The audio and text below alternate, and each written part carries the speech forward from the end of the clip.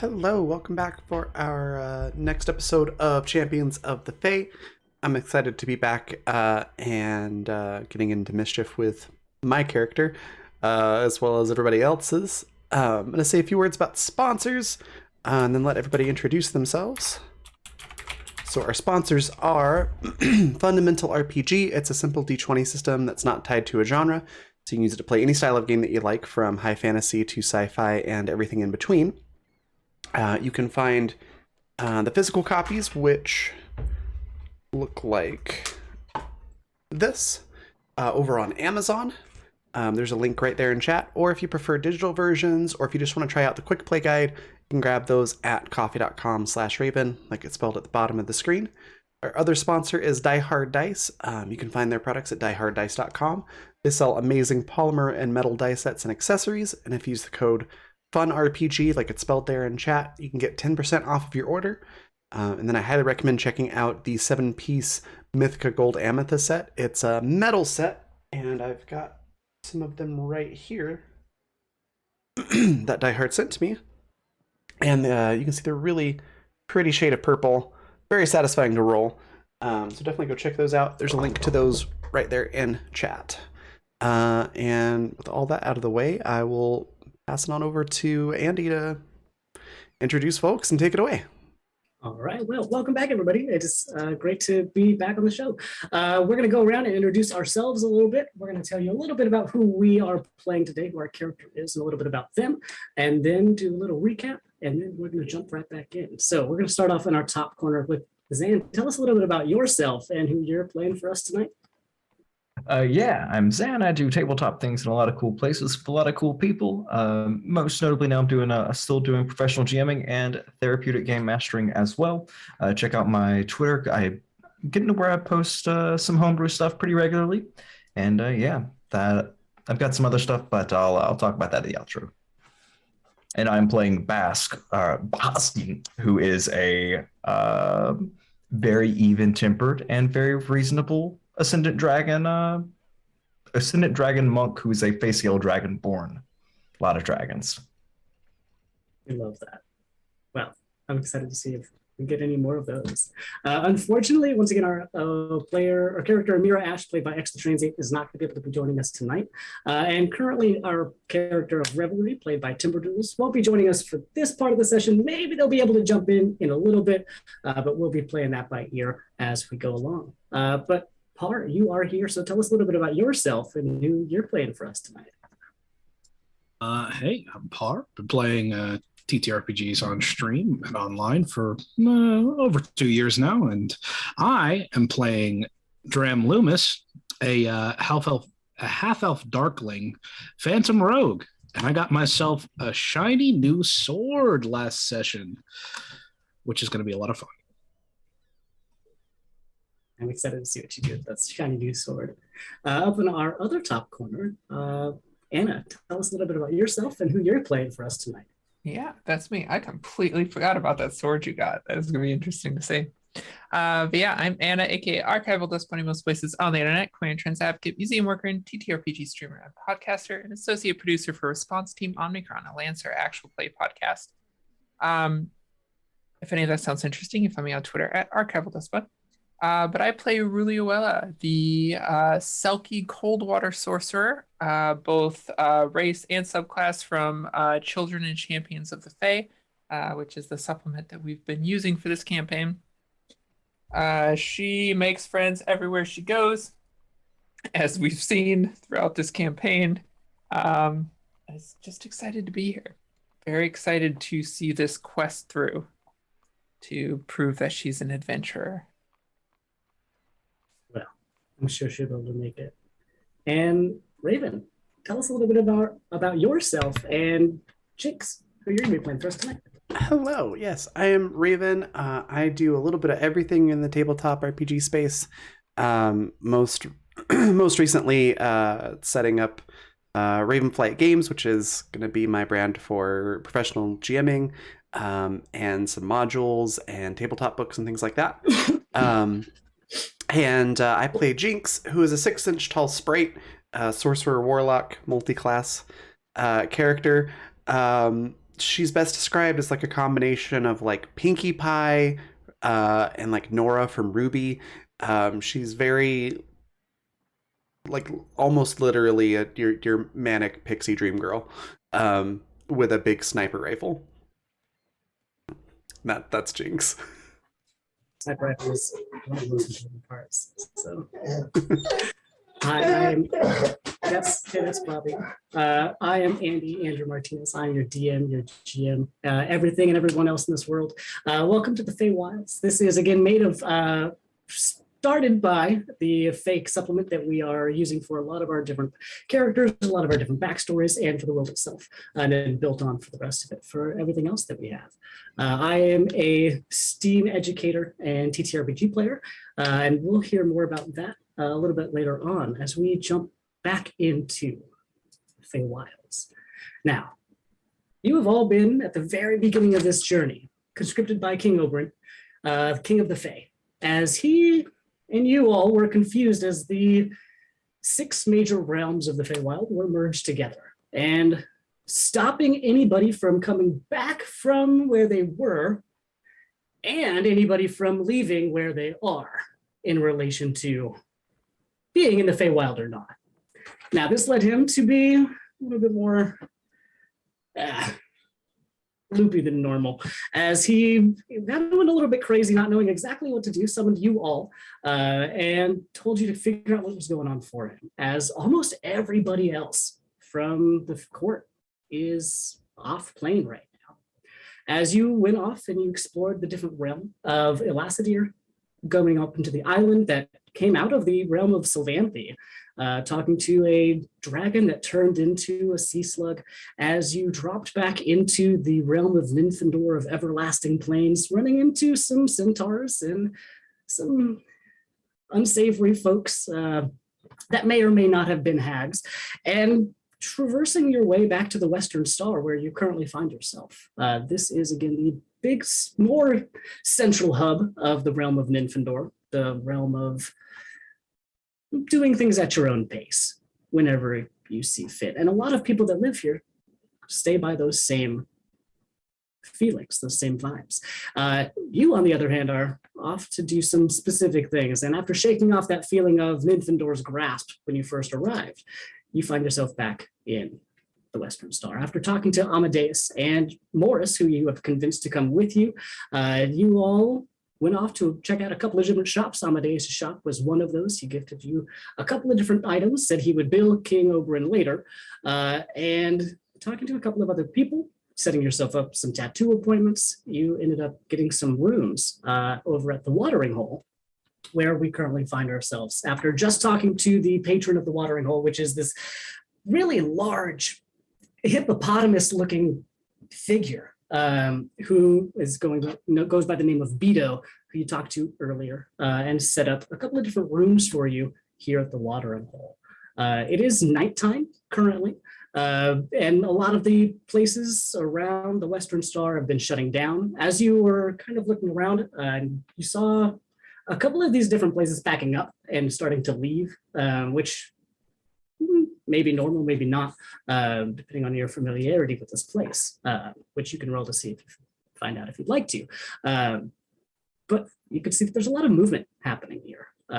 And as a lot of people are going to sleep, there's not nearly as many people out as there were when you first arrived. And it is currently, well, you were at the Watering Hole. Next to you is a large room that has a couple of tables. Some are open, some are taken.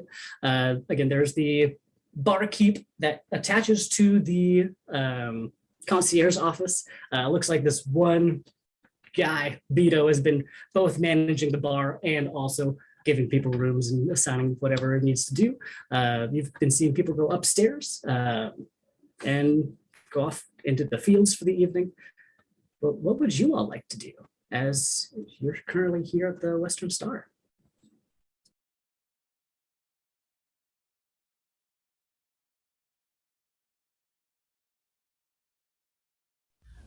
Food first, I think.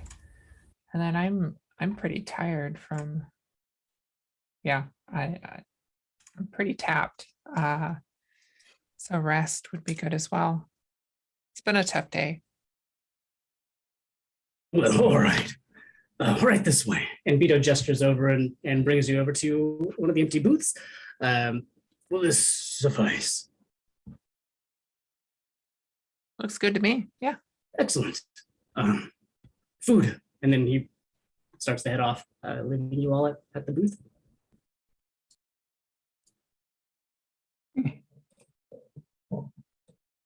Looking around you, just everyone go and make a perception check for me as you survey what else is going on in this room.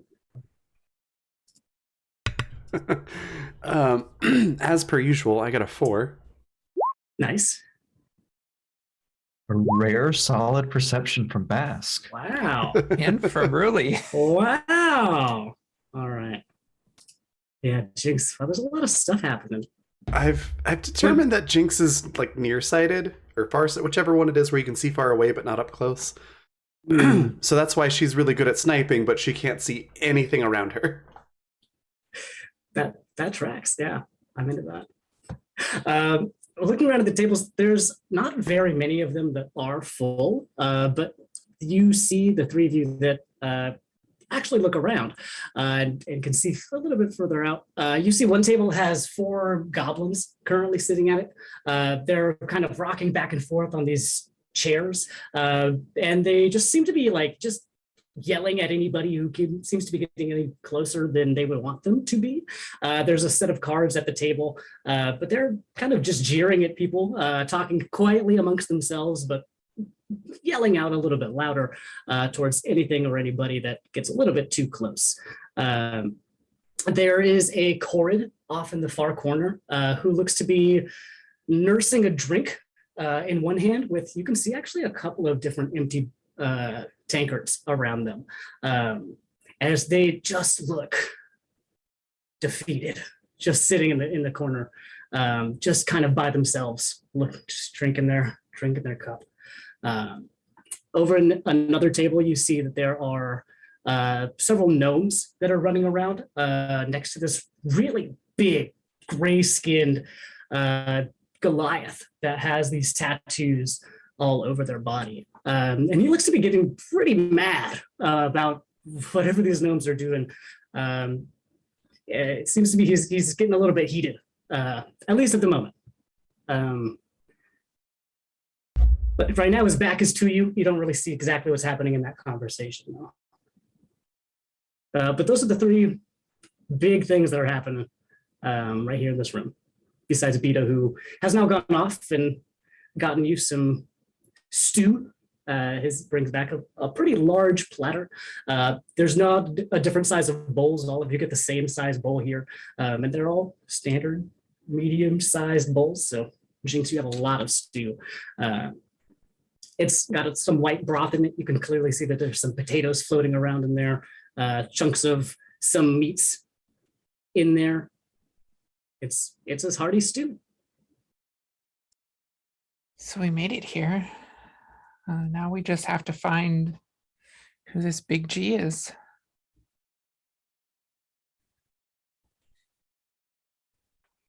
I mean, with the way that things have kind of been going recently, we probably won't even have to look that far. Like, I mean, things just kind of been falling on our lap recently. So, I mean, yeah, we can probably look around a little bit. That can be for tomorrow, though, because I'm pretty tired. But tomorrow we can get our tattoos like we talked about, and then we can go. We can ask around. We can look around and maybe get lucky. I mean, everyone in tattoo parlors is very a very good source of information usually. I mean, you're just stuck sitting still for so many hours. So, I mean, what are you going to do but shoot the shit?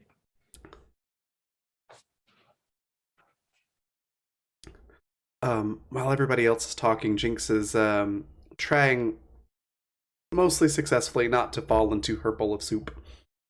It seems to be very distracted by that and is like nomming on this piece of meat like it's an entire rack of ribs to a normal sized person. It might very well be roughly the same size. Yeah. Yeah. So she's distracted and doesn't have a whole lot to add to the conversation, but there's an occasional grunt and nod of agreement. That's what she's doing.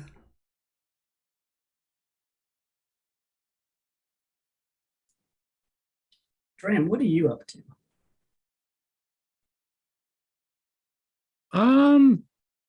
Dram is staring at this sword,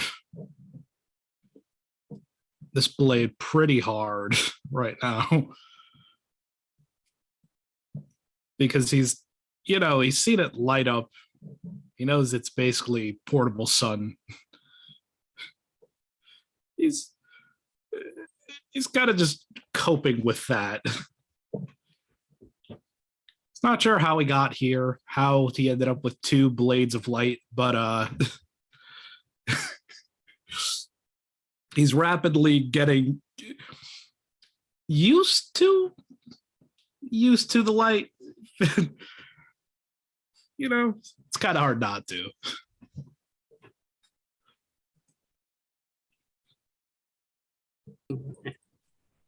As this blade just exists warmly and oddly comfortably in your hand as you sit there and contemplate where you're at. As the room keeps moving around, you can see that the Cord in the corner has ordered another drink as Beto brings them another, and has a little conversation. And just, they're out of earshot unless you are trying to hear what they're saying. It'll be a little bit challenging. But you can see that they are talking to each other as they separate. You can see that the Goliath is getting even more frustrated as you hear him saying something like, "I saw you saying with these little gnomes, always trying to trick me. Well, double or nothing." He claps his hands together. Uh-oh. Oh, this is going to be really exciting. Someone is going to lose their money, and then so a few more people are probably going to lose their teeth. It's a 2-for-1. Dinner and a show.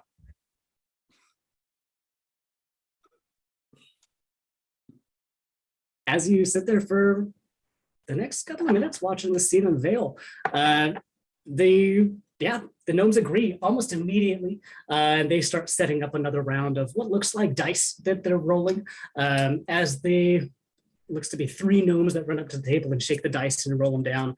And then the Goliath picks up 3 different sets of dice and rolls them all. And they all go quiet for a second as they open up their last cups.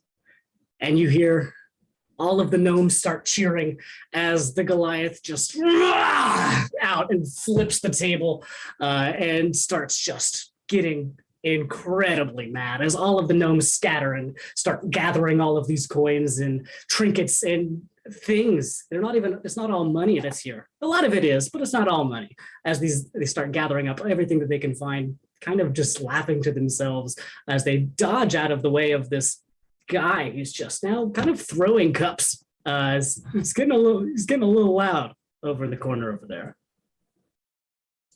Once that guy has started having this little tantrum, there's only one thing that you can do in these situations, and so Bask is going to pick up the stool that he was sitting on and just throw it, not necessarily at anyone, just into the air. That's always how these things get started. Once somebody throws a chair, then the chaos can happen. So I think Bask is going to throw the chair and then look around to see who wants to fight.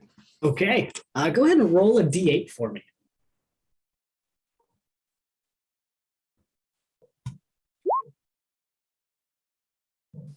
Looking at a 4. All right. Nice.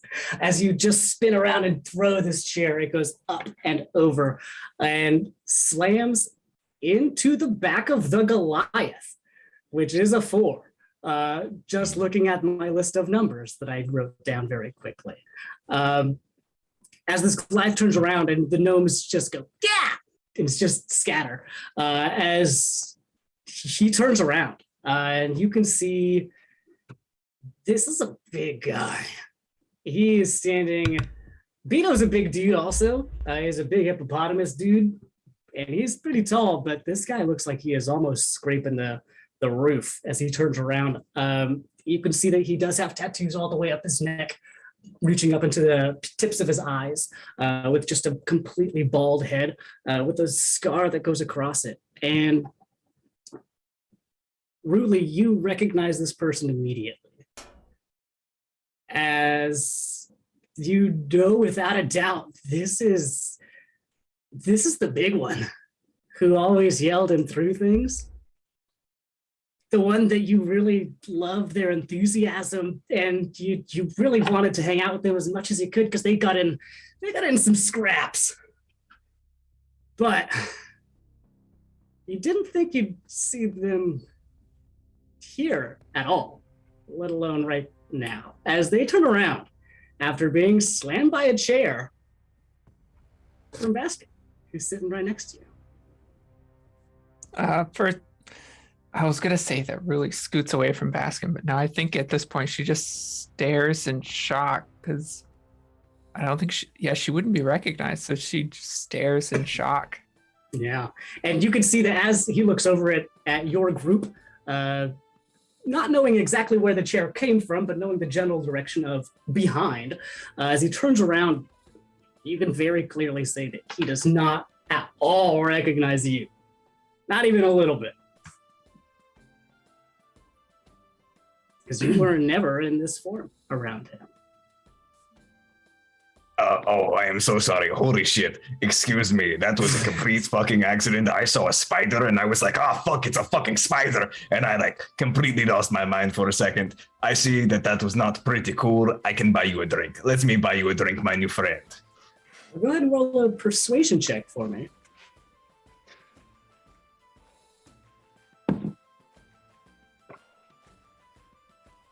$17?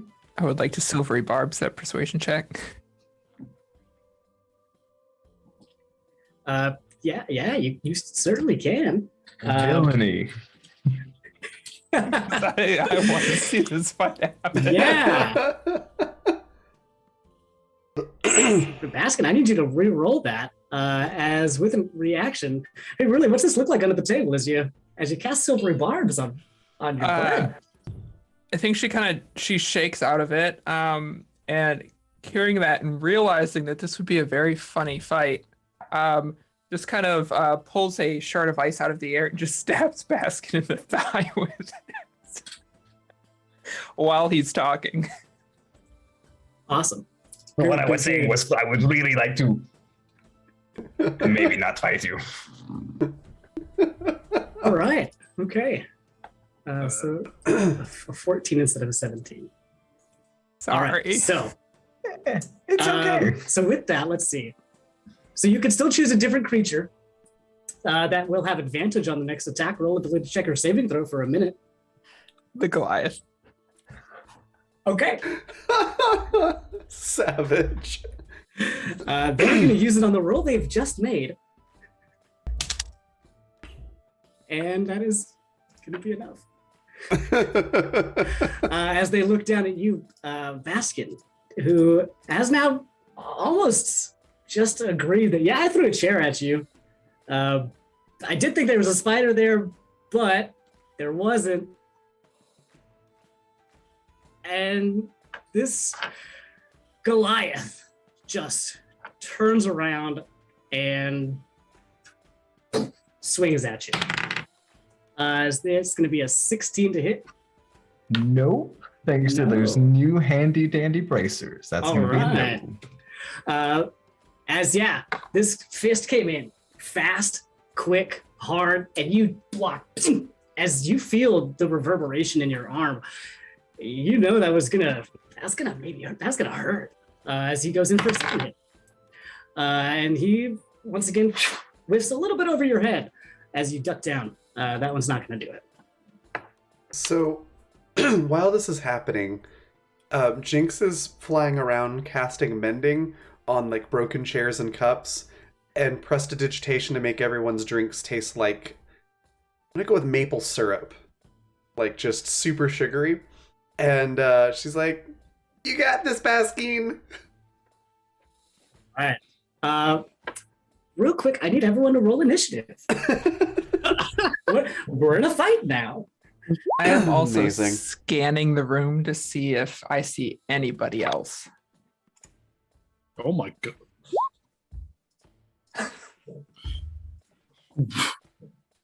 Why did I roll so high? You're ready for a fight now. Okay, so I do have a question before we get rolling in combat. Yeah, what's though. up? So I do have that, like, what is it? Ambusher or skirmisher? Okay. No. Yeah, ambusher. So if in a surprise round of combat I damage a creature, they take extra damage. Would that have counted with the stool that I threw? Right, we never actually did roll any damage for that, did we? So yeah, go ahead and you did hit him. So go ahead and roll a 1d4, and that'll be your makeshift weapon damage. And then Okay. you have added some damage to this. So All right. So altogether, that's 8 damage. all right, perfect. Excellent. Cool. Let's see, what do we have for initiative? We had the 22. How fitting. Then we had part of the 27. Wait. Dram, wowzers. Awesome. And then Jinx with an 8 and Baskin with a 7. Excellent. Dram, you see that a chair has been thrown. You see that punches have been missed. You see an angry Goliath that is probably about 4, maybe 5 times the size of your little bud Baskin over here, who is taking swings at him. What do you do? I think Dram sees the situation develop. It kind of feels like Baskin got himself into this one. So probably nearby, walks over to Baskin, leans down, puts like a hand on the shoulder and says, "I'm sure you'll be fine. You wrestled a dragon after all." And then he's gonna walk to the bar to get a drink.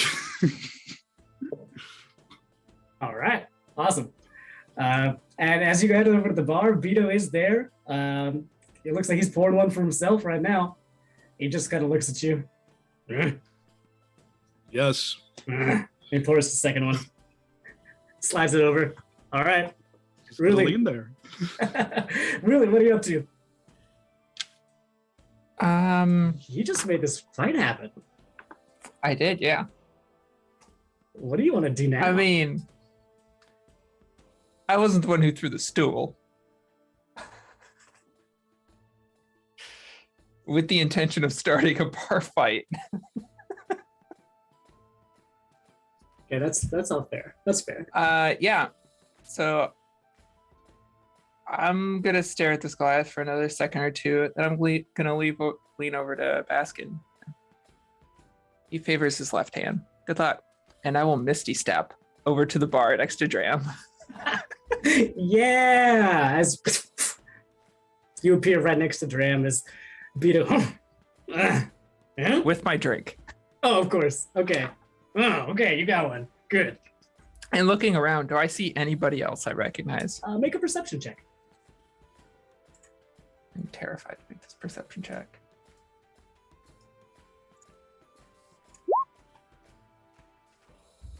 You do not. Oh no. Look around. You don't see anybody else that you recognize from anything else. At least not right now. As Jinx, what do you want to do? You're out there.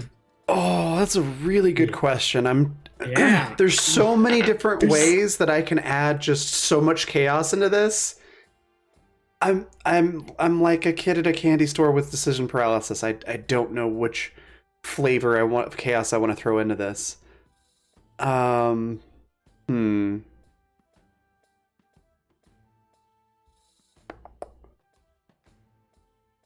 I think because I don't want to cause damage to the bar, so I think we're gonna go with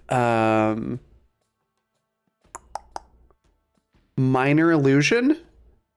And the spot where the stool was originally, I'm just gonna make an illusion of a really big, scary looking spider just like crawl out from under the table and start skittering across Okay. the floor towards the Goliath.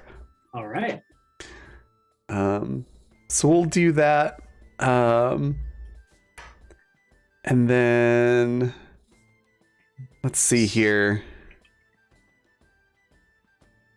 Oh, perfect. So I'm going to put Sanctuary on Boskin so that the Goliath has to either pass a will or wisdom save or pick a different target. So maybe we can get some more people into this bar fight. Okay. That's as a bonus action, and that's my turn. All right. So Baskin, you are warded by Sanctuary now. As you feel this, what's it feel like, Jinx? As you cast Sanctuary, what's that look like for Baskin right now in the situation? It's like being wrapped in the fuzziest, warmest, most cozy blanket made of plot armor that you can possibly imagine. Perfect. As the plot armor surrounds you, Baskin, you feel safe right now. As it is now your turn. What do you want to do? There's a Goliath Well, right there. I've been told that this Goliath favors his left hand, so at least I have a place to start. And I'm going to try and scurry up the left side of his body as a grappling check. Okay. Because he's how big is this guy? This guy is about maybe almost 8 feet tall. That sounds like plenty a skittering room. There's a lot of skittering room on this guy, yeah. Okay, well then, I'm gonna try to grapple him. All right, go ahead and roll me a strength check against this guy. No. Well, I thought I was gonna grapple him, and then I decided I was gonna headbutt him instead. It Okay, was a good hey, thought, go ahead and but roll me a check then. when in doubt, go with the headbutt. Should have gone with the headbutt. All right, wow, not 20 headbutt.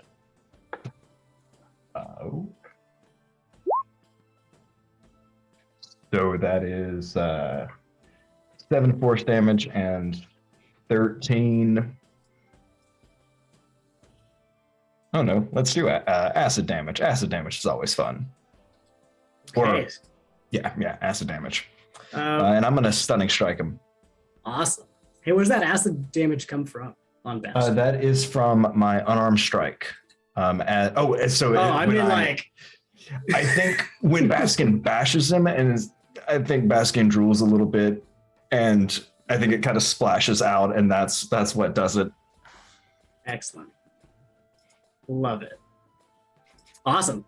That's a good hit on this guy.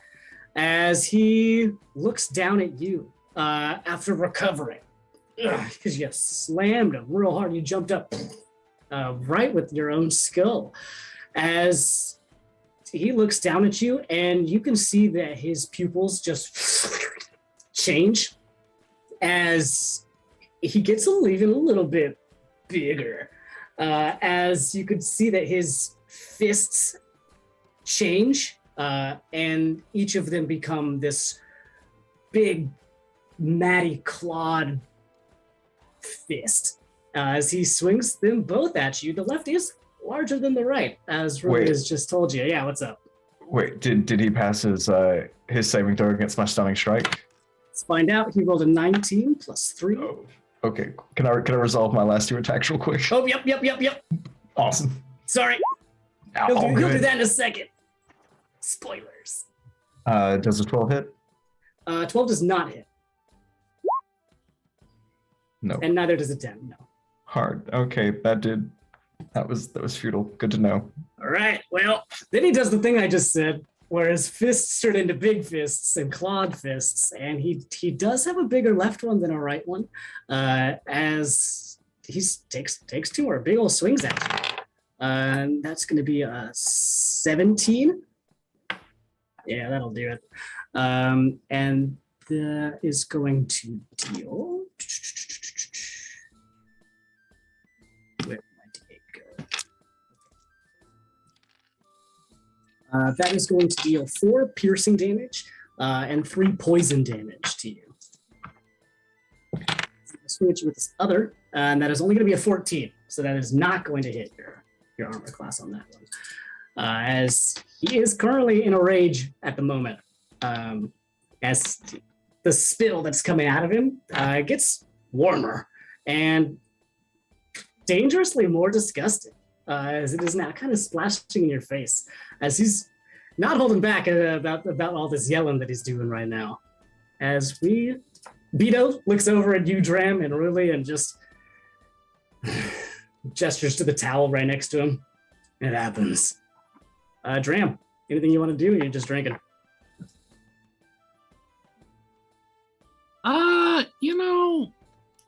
It's not looking bad for Baskin yet. So Dram's just gonna drink this turn. Nice little toast with Beto and Ruli.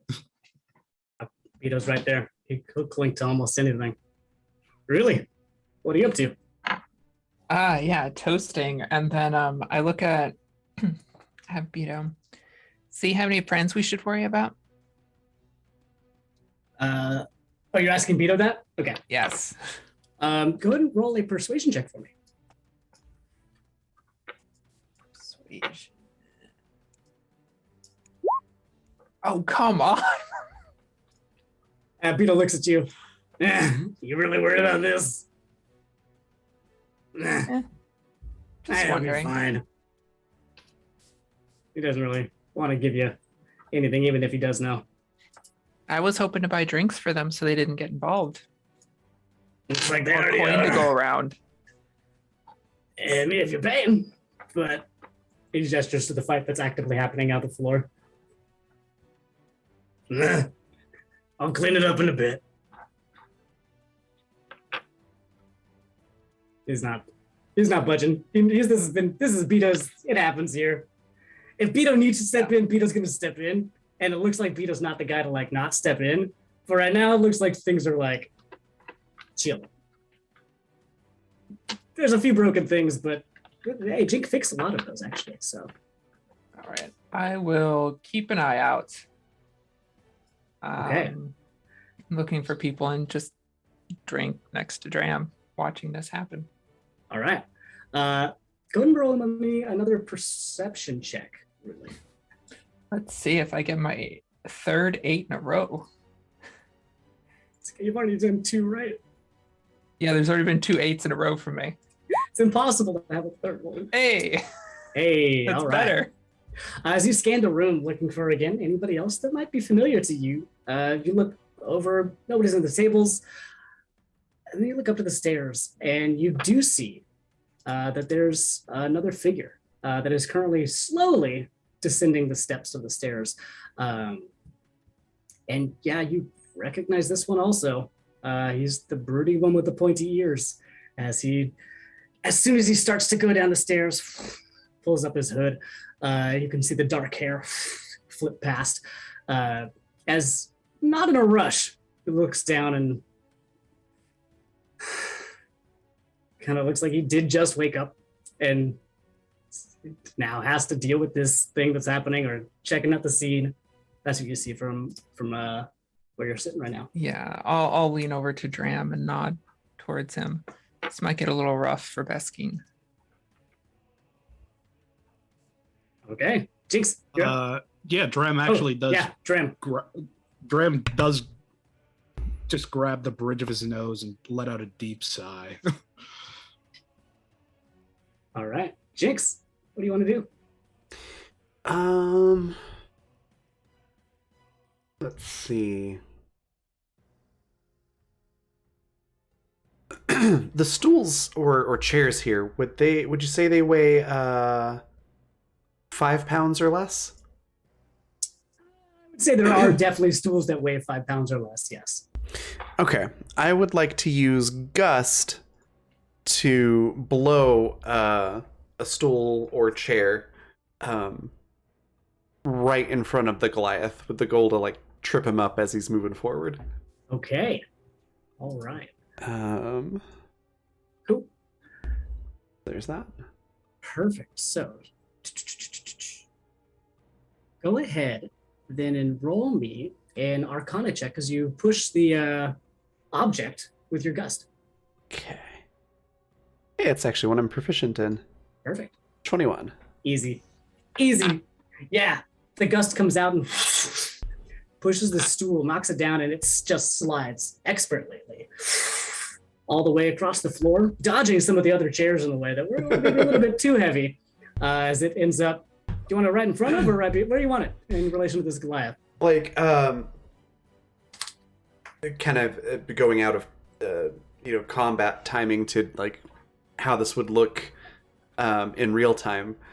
Basically, as soon as he's getting ready to step forward, like just blowing that stool right in front of where he's about to step so that he trips over it. Perfect. Love it.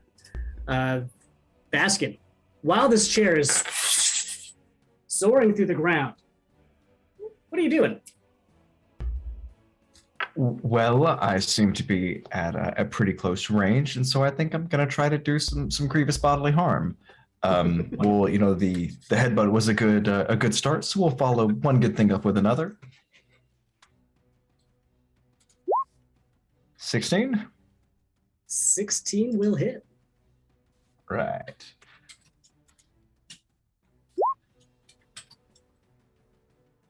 Wait, this is. You could shave off some of that damage from the crit as well. I forgot that my Eldritch Claw was still on. Oh, okay. So that 7 damage off that crit wasn't there. Oh, okay. Well, that's a lot. Cool. Whoops.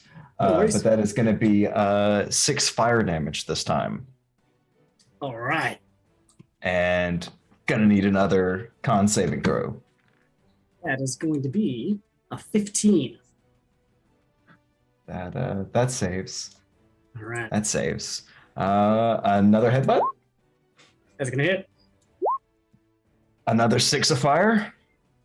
All right. And another saving throw. It's going to be a 6. Yes. Great. All right. That I think once he goes still, Baskin will go, okay, cool. Rook, I'm gonna hit you one more time. That's because you really tried to mess me up. But after that, I really think we could just be cool, okay? And Bask is gonna come in with an elbow right at the top of his nose. Okay. Which is would be a 26. That's going to hit for sure, yeah. And another 10 points of fire. As you say that to this Goliath, who is currently stunned, you can just hear. You can't move his mouth, but there's still growl coming out as you slam into his face one more time with your elbow. As through even the elbow itself, you can hear him making noise. But he is stunned currently in the middle of the room. As Beetle looks over at you, Dram, and really, it's always the little ones, isn't it? And takes another big drink, finishes his whole cup. Bass could be quite terrifying if you let him. All right. Dram, really, anything you want to do right now? So, our Goliath friend that Bask is currently fighting has a friend coming in. Sorry. Yeah. So Ruli pointed out that there is another figure coming down the stairs that they recognized and correlated them together at least. Yes. Okay.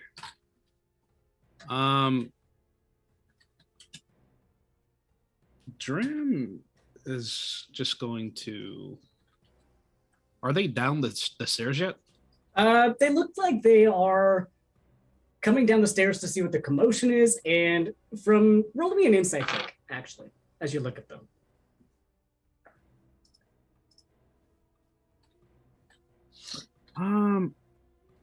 Dram's just gonna sort of. I want to move off to the side, sort of hide, and sort of just. I'm watching the person on the stairs, but I'm just gonna move off out of their like line of sight. Sure. And keep visual. Cool. Did you want to try and figure out what they were thinking as they were heading down the stairs, or are you just trying to stealth out of their way? Actually, yeah. So yeah, go ahead and roll me an insight check as you try to get a feel on what they're looking at, or looking around the scenario of. Okay. Yeah. All right. So you've maybe even seen this look before. This is the look of somebody who is ready to put it into a fight if they have to. Does not assume that they will need to do that in the first place. Intrigued at this point that someone has actually bested their Goliath companion. So there's a little bit of like, is he gonna kill him? Do I need to actually step in there and like, is my bud's life in danger right now? Is part of the thing that he's thinking about. But that's only because of what just happened. From walking down the stairs, it's kind of like going to intervene if needed, seeing what the situation is. You know, that's the kind of feel that he didn't come in on like a rush sword drawn or anything like that. But checking out what's going on. But you do see at this point, especially after with the nat 20 and what just happened, he's got a little bit of like, do I need to be like more aware of the situation right now? Is kind of on their mind right now as they look around a little bit. But they are at the walking down the stairs now. As you can see, they are currently resting their hand on the pommel of a weapon, but not drawing it. As they are still staying behind the crowd. There's not that many people around. The goblins have stopped cheering at this point, or stopped yelling at everybody else and just are yelling at this Goliath at this point, talking about how the big and strong, we'll show him. Yeah, good job. They're all actually cheering Baskin on right now, which is the first positive thing you've heard them say to anybody since you've walked in this room. Like, yeah, good job. That wasn't so bad. Yeah, we could probably take you, but that was pretty okay.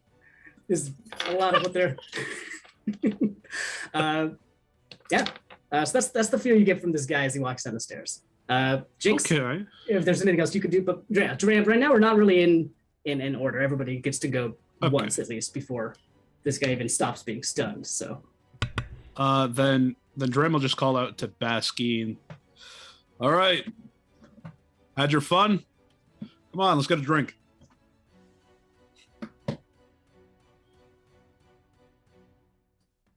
Yeah, you know, I'm almost done. I promise you, I'm really going to go for that drink. But this guy is really going to try to crush my skull, so I got to make sure he's going to go to sleep for a little while.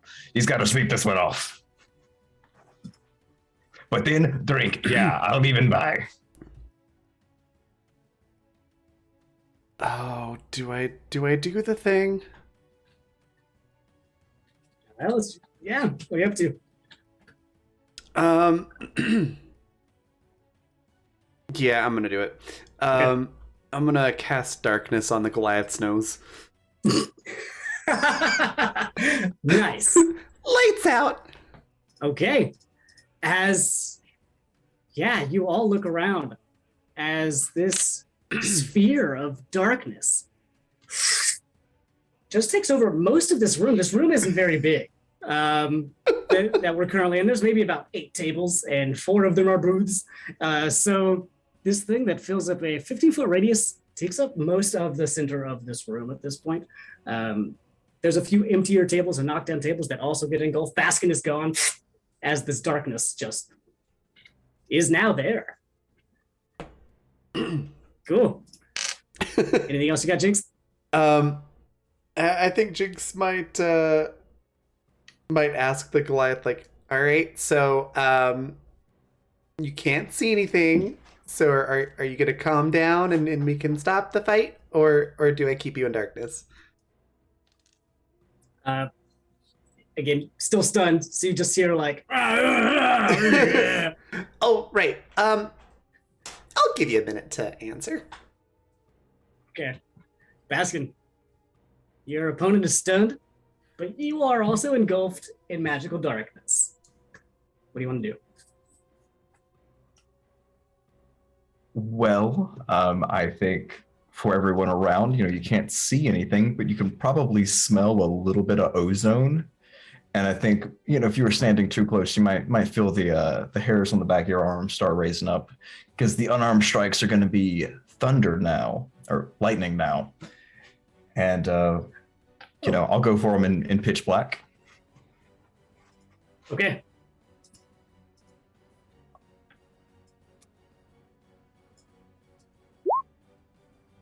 So a straight roll, it's a 10, That's not going to do it. a 20. The 20 is going to do it. All right. So that is 16 lightning. Okay. We're gonna do a spin another key and drop a flurry of blows Okay. for one more at a 21.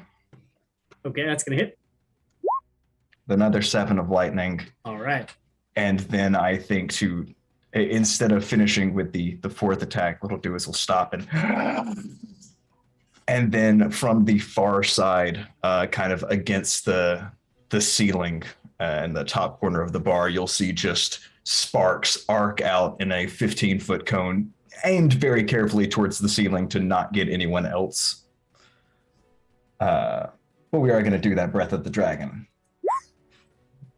So that's a DC 13 dexterity save for Ooh, 7 lightning. All right. Come on, D20. Don't they, if he's stunned, doesn't he auto fail?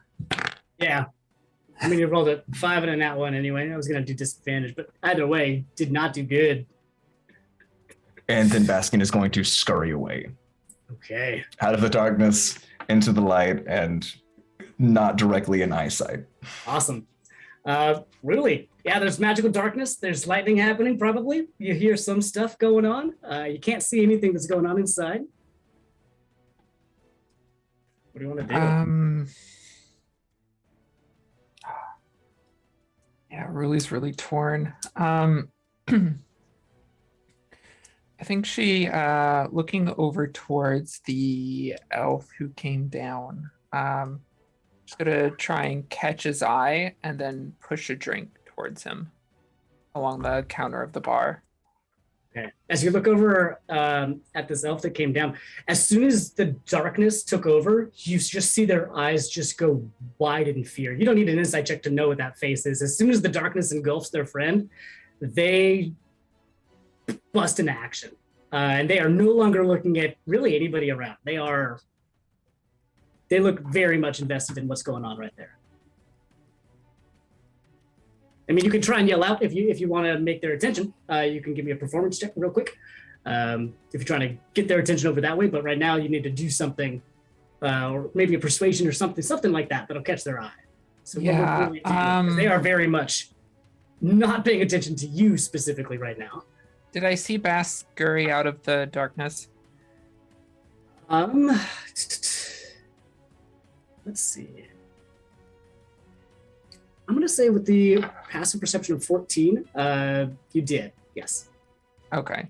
Yeah, then I'm just gonna let this play out then. Because the darkness is there, but Okay. but Bask is leaving the fight, so like there's not a fight now unless the Goliath continues it. So All right. yeah, I'm just gonna let this play out then. Excellent. I will tell Beto to prep 4 drinks for when the fight's over. All right.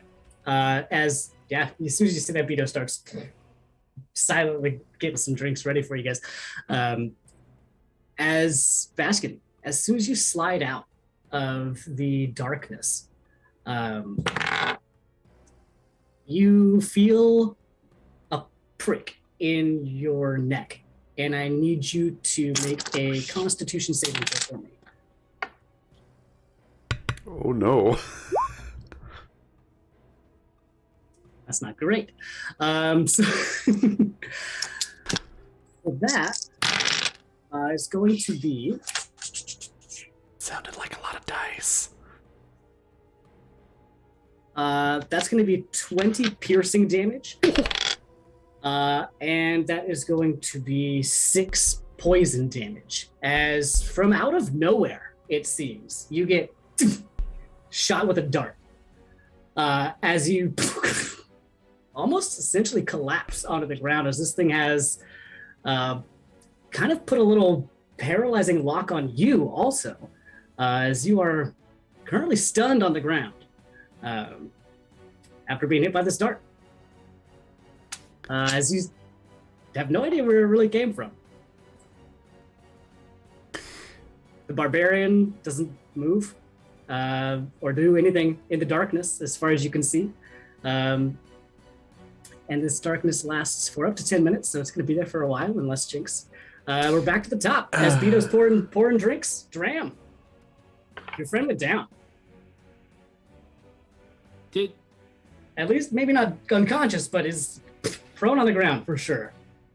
so we didn't see who did. Wow, yeah, it's darkness, of course. You have no idea where it came from. At least right now. All right, then Dram will. Can I see Baskin? He stepped out of the Yes, darkness. he stepped out of the darkness, and as you were watching him also, got hit by something and went down. All right, Dram's gonna walk over and grab Baskin and just drag him. Well, actually, I guess I can carry him. What's my strength? 13. Yeah, Bascus like 3 feet tall. just carry him along. Back towards the bar, Okay. and then keep an eye out for whatever that was. All right. Cool. As you, pick up your friend who is still alive, a little shaken and paralyzed for a little bit, but in your arms, at least, back at the table. Really. What do you want to do?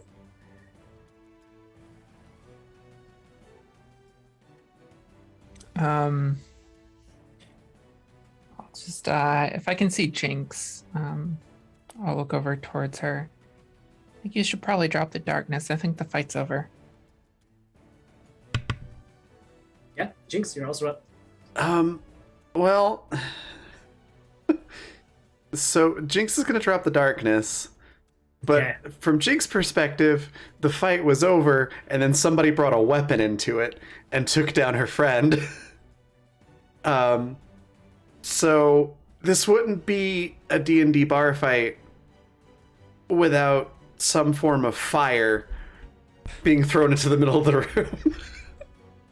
So Jinx is gonna drop the darkness. She doesn't know who shot the dart. Yeah. So, and I don't have fireball, so we're gonna cast firebolt at one of the tables in the middle of the room. Yeah. As you dispel darkness, you can see that the Goliath is unconscious on the ground. They are not moving at all. There are right up next to them is a hooded figure that looks like they are just about right able to grab them as the darkness goes away.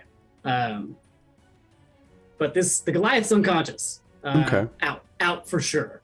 As somebody is almost there to grab them as you deplete the darkness. Okay. She'll take note of that. But still is gonna do the thing. So firebolt at the table, and she's just gonna yell out like, "Who shot the dart? Who brought weapons into an honest bar brawl?" Okay. Very Roll me- menacingly. Yeah. Roll me both an attack on the table and an intimidation check. All right, there's firebolt. Yeah, that'll hit. 19 fire damage. Nice. That table. Intimidation. like, huh? It's a 14 on intimidation, Okay. And then if I still have a bonus action left, I'm gonna cast Sanctuary on myself. Okay. Awesome. Oh, right. Baskin had Sanctuary on him also, didn't he? I think it just works until Oh, until you the cast- attack. Yeah. Okay. As you recast Sanctuary up on yourself, this table is gone. As you yell out after incinerating one of these tables, you see that the figure that is currently trying to drag away the Goliath speaks up and says, "Okay, I did that. To be fair," and he gestures down at the Goliath, who is unconscious at 0 hit points currently. Let me get him out of here because he's got to sleep now. And we'll not mean you any harm. All Or right. else. We have some drinks on us to apologize for our overeager friend. Oh my god. Wait, really? We've dealt with enough of you Fae that I know that some of you are just fucking... Are they good drinks? Are they gonna fucking poison us or something? I Oh, don't. they're fine. They're Nothing safe. wrong with them And at all. I motion towards the 4 drinks that I asked for, and they are 4 very specific drinks. God, I, okay. I'm willing to stand down. Just don't. Nope. Everybody, you don't bring weapons into a bar fight unless you want to escalate things. Well, I'm sorry, from where I'm from, you don't bring magic into a bar fight unless you're trying to escalate things, so... Oh, well, I didn't use any magic that would hurt anybody. Just, helpful, except for the firebolt. Well, I didn't use any weapons that would probably kill anybody. All right, that's my bad, I guess. Old habits and all that. God, can we get him up? Anybody got? Water under the bridge. Yeah. Yes. I can get him to the top of the stairs for you if you like. Okay. That might be good. Sorry about whatever happened here, by the way. He's a bit of a hothead. But Well, I our was coming friend back to did not get him help. back up anyway. Oh, that one? And he gestures at Bask, who is still. Bask, roll me another con save.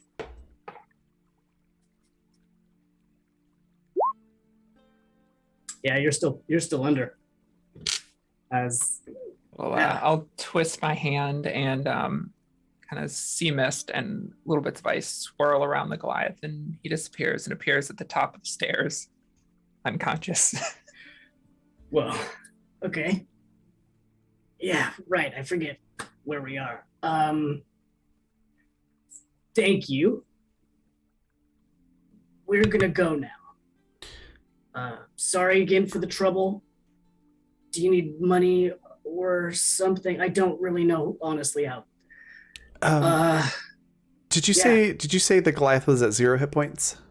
Yeah. Oh, Baskin got him down. All right. Jinx is gonna go over and be like, I don't need anything, but here, let me help your friend.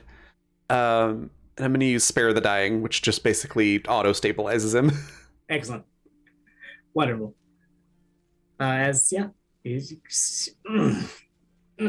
He doesn't open his eyes, but he's awake now, at least. Alive a little bit. Okay, so we're just gonna go then. Sorry for the trouble. And he heads up off the stairs, leaving you all here in the room. Jinx politely waits for them to be completely out of earshot, and then looks at Ruli and Dram and at Basking too, but then realizes like, oh right, he's on the ground. And then looks back to Ruli and Dram, goes, "That was so cool." Bask, you did surprisingly well. I think you can hear me. Would you like to comment? Graham holds up a cup. Pours the cup into his Jigs just flies over, starts poking at his face. Come on, Good. get up. The fight's over now. Poke, Hey, I poke, think I poke, will poke. get a tattoo tomorrow. I feel good about it all of a sudden. Yeah. Baskin, go ahead and roll me another con save. Nope. Oh no! Sorry. Still paralyzed. No. I'm I 2 love levels that you're away from getting a purity sense of of what- body. feels like. Nope, I have no idea. I have no empathy in this situation. This is a poison. I use the power of my awesome fist. Yeah. Unfortunately, I don't have anything to help you. I don't either. Sorry, the assassin rogue was there to save the day. Oh, Bummer. like I could use Wither and Bloom if we went outside to heal you some, but I don't have anything that gets rid of poison. Although if you die, I can prevent you from actually dying. That's true. That's something. That's true. That's true. You know, sometimes you have to live with the consequences of your actions. I'm not saying I'm happy about it, but I'm saying That's this what might I be an thought. experience that Baskin could learn from. But I'm going to point out that he was already done fighting by the time he got taken out, so he still won that fight. You won That's the true. first fight and lost the second one. Well, you know, and the second one's a sneaker. It's a little bit more tough. So looking around your room that you're in right now, the gnomes are gone. All of the gnomes are gone, completely scattered to the wind. Anything that was left behind is picked up and taken. There's still the 4 goblins who have now been even more intoxicated, and one of them's kind of like asleep at the table right now, as the other 3 are just very clearly had a long night. Not really saying any words anymore to each other, but there've been a lot of goblin noises. You can see that the Korid, who is sitting over at the other table, after the fight, gets up and kind of looks over at you all and walks over to Beto and gestures for another drink and starts to drink it. As he's now like pretty close to where you all are. And as he gets a little bit closer, you can see that attached to, he's got like really heavy leather on, and attached to one of his, to the right side of his waist is this large, empty looking sack that's kind of an iridescent gold. And again, it looks like he is still having like a no good, very bad day. As he's eyeing you all a little bit, especially after that fight. Get another drink. Baskin, roll me another con save. Oh, Lord. Finally, you are able to break free of the poison that has taken hold inside of your muscles and veins as you stiffly are able to once again move yourself around. Oh, cramp. Ow, ow, ow. Ow. Why did that guy leave? Also, we are all going to talk about. No, that is for a different time. Why did that guy go? Did he not want to drink? As you That's ask this, yeah, the Korid next to you actually pipes up and says, I mean, if he's not gonna have those, I'll take him off your hands. But if Well, not, I'm- sorry for the interruption. No, I mean I'm going to have one of them. If he's not going to be here, then I will have his too. When you look at those drinks, there are 4 different drinks and very like specific drinks. Okay. Well, they are your drinks. What would you like to do with them? You can send them up to their room. You know that at least 2 of them are here if they are specifically for individual people. If you are free wanting to give them up, that's up to you. But you have 4 specific drinks.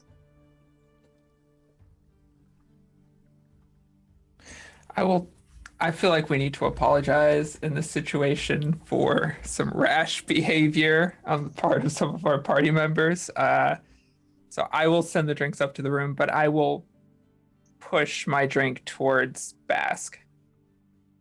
Okay. So giving Bask your drink, And who are you sending the other 4 drinks up with? Are you sending them up, or are you sending Beto up, or? Would Beto tell me where the room is slash rooms? I don't know if they're in 1 or 4. Make a persuasion check if you're asking. I'm normally very good at these. Let's see. I'll roll before I do my persuading. Son of a bitch. I cannot roll tonight. That's okay. Beto's not really. He knows that which has happened in the room. He's amicable. So he tells you, yeah, they're just up and then to the left, and then 1, 2, 3. There are 4 and 5 on that side. And he tells you a little bit where to go. Okay. I guess we should pay for the table too. Yeah, as you mentioned that, Jinx has been like trying to take these charred pieces of the table and is trying to mend it, but like it's too broken, but she's still trying anyways. She's just like, "Ah, go back together." Just like slamming these 2 pieces of the table back together. As the Cord looks back at you all. So, is that a no to the drink? It's fine. I didn't expect much anyway. Beto. And Beto gives him another as he fills it back up. I will slide a coin. I have a feeling that there's something here, so I will slide a coin for his drink across the bar as well. Oh, you didn't have to do that, but I appreciate it. It seems like we're in the business of making friends tonight, so. Well, that sounds good. I wish that I had some friends to go do a job for me. Well, That's probably too much anyway. clearly the real friends are the ones we beat up along the way. Oh, like the Gnolls. Matt is gonna be so mad at me. And he drinks. He just finishes his whole drink as he says that last part, and gestures to Beto. And Beto pours him another one. You can see that he's been through a few in the time that you've been here.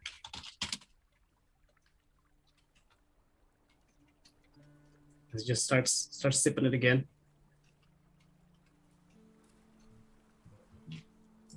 I think Basque, having kind of seen that interaction happen, will go back over and hand Ruli drink, and like It is really not for me. It tastes like salt water, and I love like really like rough water, but like brackish is my preference. Not that's a lot. That's a lot of salt. That's your loss. I'm going to bring these drinks up to their room in a minute, and I can't carry all of them, so I think you should come with and apologize. What? No, I don't smell it here. I need to look. Here's what I'm going to do. I'm going to buy him breakfast. I can't Look, carry all these drinks on my own. Oh my God! No, fine, whatever. Fine. I guess Baskin will accompany. I look at Dram and Jinx. Maybe find out what's up with him. Motioning towards the Cord. Sure. I guess.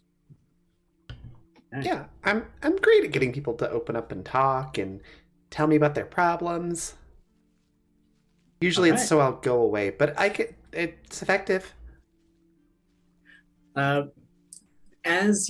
Ruli and Baskin, you head upstairs with the drinks to go drop them off, and Dram and Jinx, you sit downstairs. Dram, as you look at this Cord, I need you to roll me a history check.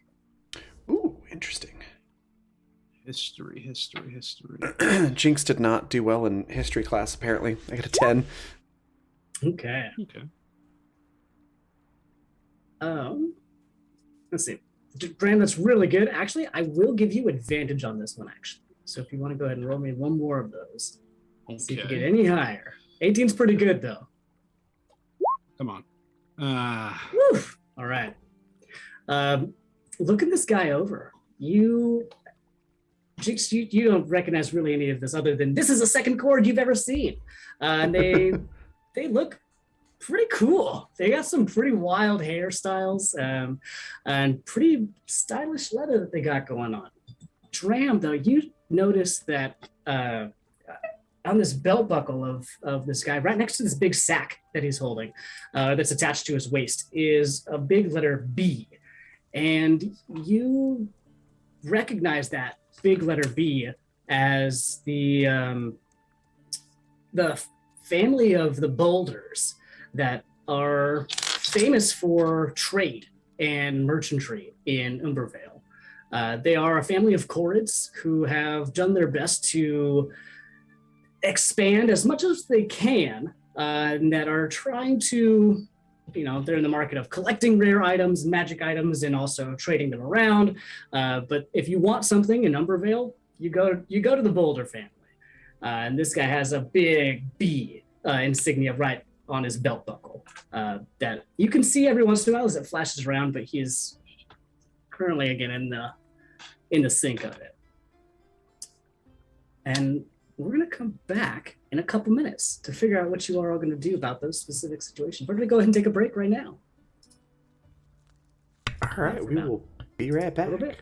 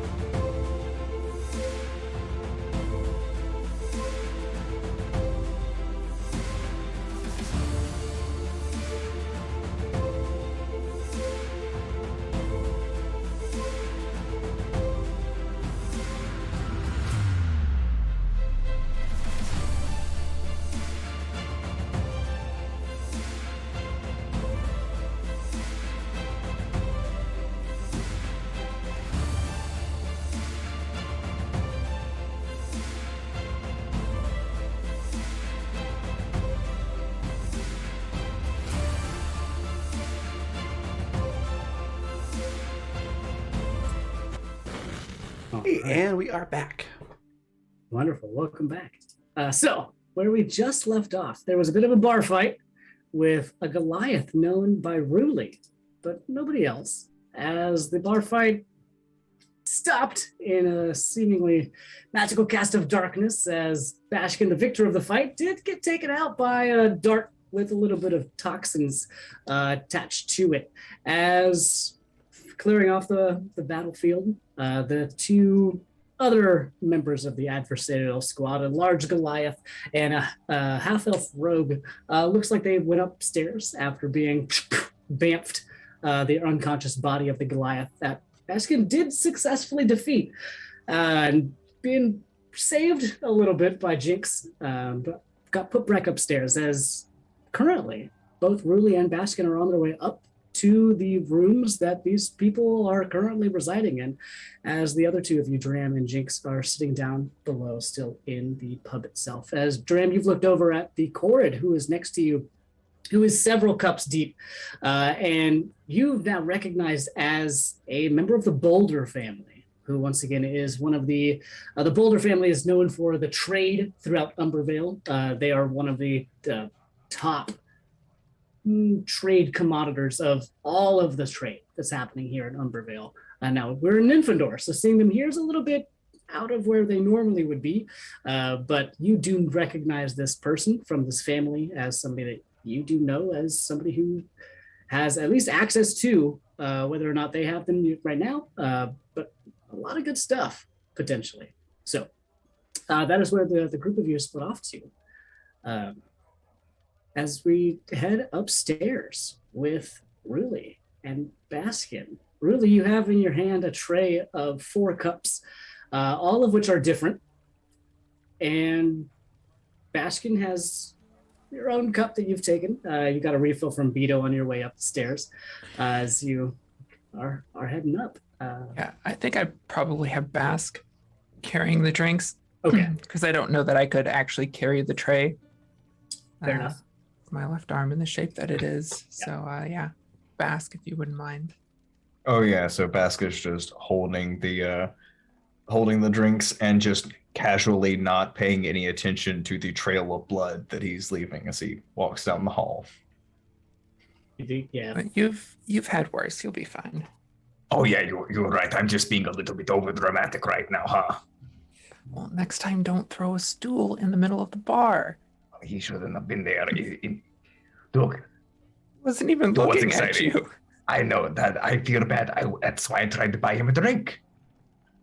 But then someone stabbed me right in my ass. Well,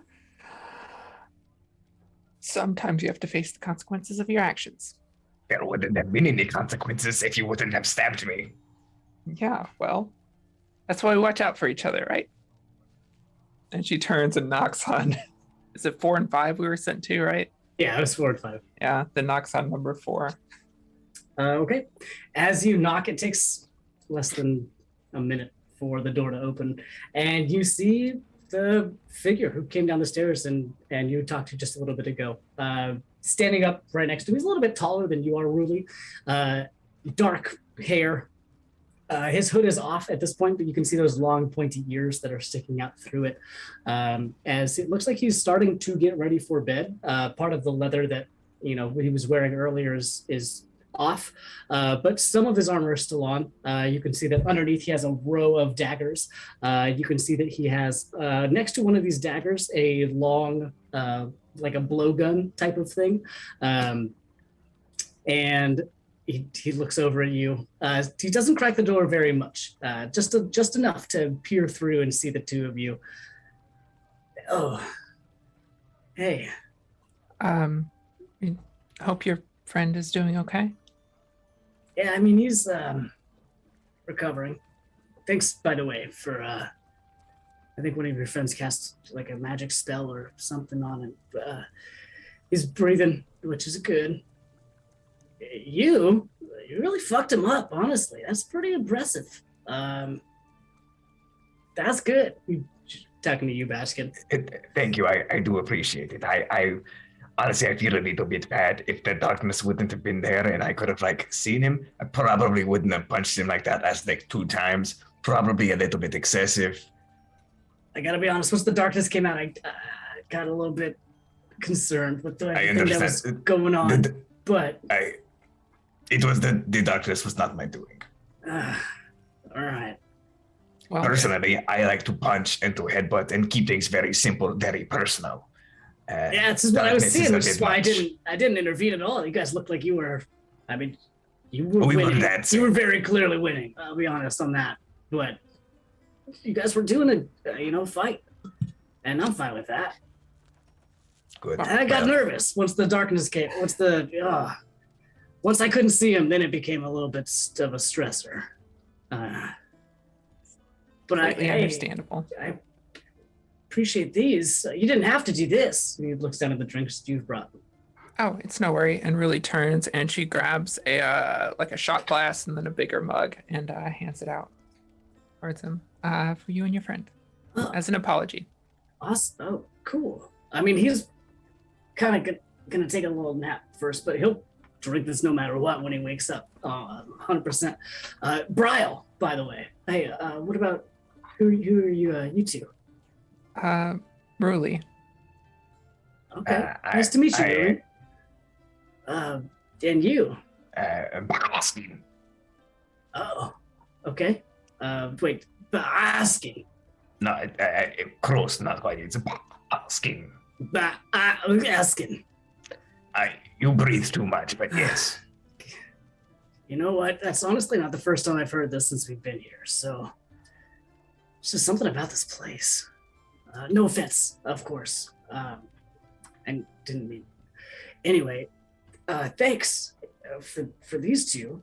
And he takes the 2 drinks that you gestured to. You got 2 more over there, though.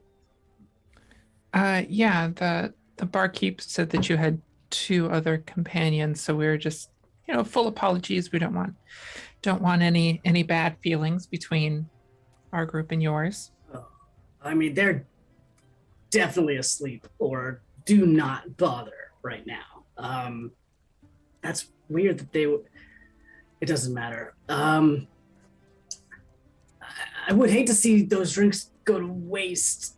I can hold on to them, but morning after drinks, we've all been there. Yeah. I mean, they weren't part of that. I can knock if you want, but I'll be honest, one of them's a little No, bit it's- scary. So It's okay. It's okay. Yeah, we can leave the drinks with you. You can drink them if you want. We'll go. Okay. We won't bother you anymore. all right, okay. Well, it was great to meet you. Hey, great job, by the way. Good fight. Good solid hits. Sorry I hit you with my dart. Well, I mean, it happens. We both get a little bit carried away, and it's fine. It is our understanding. But if you do it again, I will shove it up your ass. I mean, you took it like a champ, and if I do it again, you might die. So I don't think you want to test that out. Probably one of us, yes. I like you. All right. I might drink these, but I might save them. I'll see you around, I guess. Yeah. Hey, thanks. Have a good night. You too. And he closes the door, leaving you two out in the hallway. I think Basket is just gonna look at Ruli, and if there were eyebrows, would raise one. Yeah, I don't say anything. I turn and walk past Bask towards the stairs. Okay, as you head back down. Let's transition over to Dram and Jinx. As you are hanging out downstairs for a couple of minutes as your friends went upstairs, Dram, you recognize that there is a cord here that you don't know personally necessarily, but you recognize their family crest. You recognize who at least they are associated with. You've heard what they were mumbling about in their cups as they were saying that Amadeus, the cord that you had met a little bit earlier in the same evening, was going to be incredibly disappointed with them. As they are currently down in another cup, a couple of feet from you. Oh, hey. You're one of those boulders, aren't you? Oh, he looks down at it. Yeah, yeah. Do you know my family? Yeah, big trading family, right? Umbervale. Yeah, Umbervale. Wow, are you from there? As he looks Yeah, over I'm- you, and she doesn't really put pieces together. He did roll very bad on his history check. So he looks over. Yeah, I mean, you clearly got some lineage about there, but oh man, I'll be honest. Hey, I'm glad I'm not over there right now. It seems like a little bit of a doozy, but you know, we'll keep moving on, I guess. As best we can. What brings you out here? Just traveling around. King of the Realms sent us on some journey. Nothing special. Oh. Wait, when was the last time that you were back in Umbervale? About a week and a half ago? Oh 2 man. weeks? So like, you know, that sucks, man. Ah. But welcome to Nymphador. I mean, you're in a new cool place, and there's so much cool stuff. At least that's what I found out until it all got stolen from me. But okay, so you know my family, we're the Boulders, and so I got sent a shipment, and it got sent to me, the Boulder of Nymphador. It's my title, by the way, and I was bringing it over to Amadeus. To Mad's shop, and the caravan I was with, we got attacked on the way here. Man, they didn't send me with. I mean, they probably did, but I don't know how to. Anyway, the Knolls got us, and then they took a lot of our stuff. And honestly, I haven't even gone back to go see Mads yet because I know how disappointed he's gonna be. And he drinks just another large, massive swig from his cup. Knowles, huh? Did they happen to be on a farm of some sort? I don't know who they went back to, but can they do that? I mean, I thought they were more of like, I'm gonna run around and kill you and take your stuff that you made or whatever they do. Do they know how to farm here? That'd be cool. Farm may be a bit of an exaggeration as to what they were doing. Whoa. Hey, she finally sees you up there, just flying around, as he is so in his cups that he did not. He knew very little about what was going on around him. So, the stuff that you got taken from you by Knowles, did there happen to be like, I don't know, like a pair of bracers and this really weird stone rod thing with runes on it? Yeah, actually, yeah. That stone rod was from Umbervale. That's one of our rocks that we, we set up and made all magic and good. Oh. Yeah. Yeah, Wait, how did you know? we may have taken care of said Knowles and found that stuff and took it back to Mads, and I mean, they seem What? pretty cool with it. Wait. They weren't that upset. You got the stuff back and you brought it to Mad's shop? Yeah, it's quite a coincidence. No way. That's crazy. You did the job before I asked you to even do a job. Oh, we're just that good. That's crazy. We are strangely effective. So this is a new development. Because I swear, Mad was gonna dock me like a lot of money. Because I lost a lot of stuff. Yeah, we Wow. are so good that we did it even before you asked us to do it. Guys, let's cheers to that. And he picks up his cup and he raises it up as he.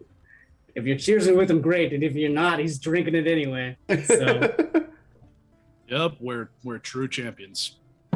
as you clink on over. Jinx pulls out the pitcher plant and just starts drinking something from it. Gross. Yes, I love it. As right about this time, Ruli and Baskin, you start heading back down the stairs, meeting up with your group as you see this Cord not register that you are behind him. Look up to the two of you, Dram and Jinx, and say, okay, all right. Well, he points at you, Dram.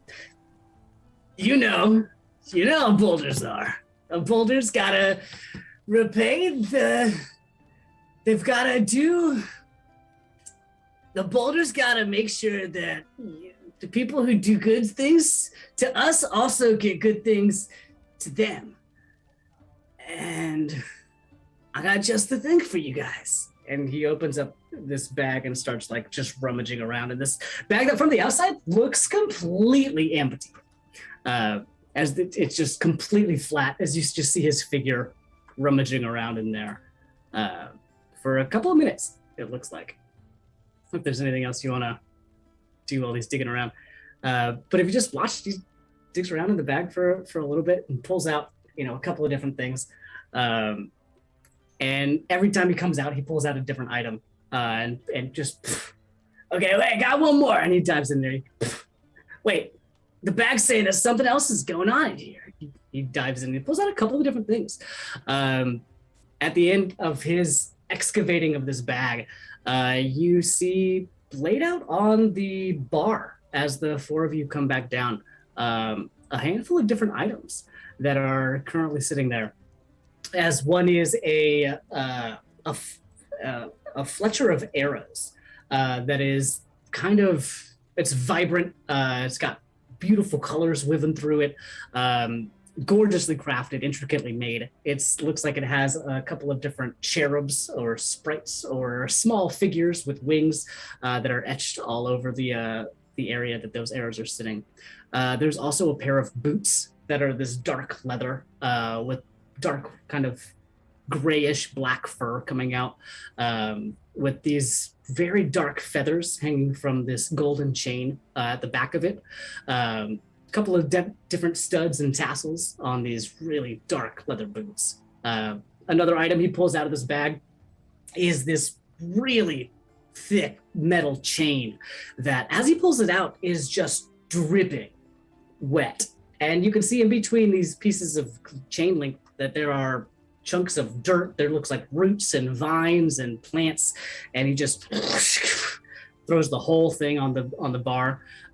He also dives in there and pulls out another dark fabric that as soon as he pulls this one out, the light around the room starts to disappear a little bit. It just made it dimmer. Not more sinister, but more comfortable, a little bit more warm, but the light itself did go down as this dark cloak drops on the bar as well. There's another item that he pulls out that just plops right down on the table. That is this currently swirling around tiny school of fish that keeps changing shape and becoming different things. As he looks, he kind of gets up out of the bag and, oh, wow, that was a lot. Honestly, the bag doesn't make that many things all at once normally, but you guys must got something going on. Or wait, and he looks down and the bag starts to shake again. as it had for every single one of these items that has popped out of it. As he digs back into the bag and pulls out another orb that is crystal on the outside. And if you look at the inside of it, there is a cityscape. And looking at the cityscape, it is one that you all recognize as the city of Maihea from above. As it just sits in this kind of snow globy looking vessel that also pops out of the bag as this cord looks down and says, 1, 2, 3, 4, 5, 6. And he counts you all 1, 2, 3, 4, 5. It made an extra one. That's weird. It's never done that before, but who am I to deny the bag? You know? I guess these are for you. Take your pick. Or, take them all, whatever. As he gestures at the items at the table.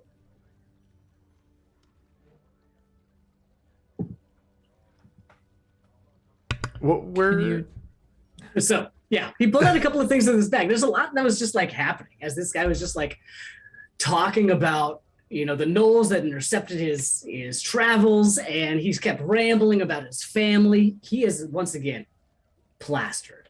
He has been in the bar for, as far as you can kind of guess, since he got back from being ambushed by these gnolls in the first place. He has not gone back to see Max.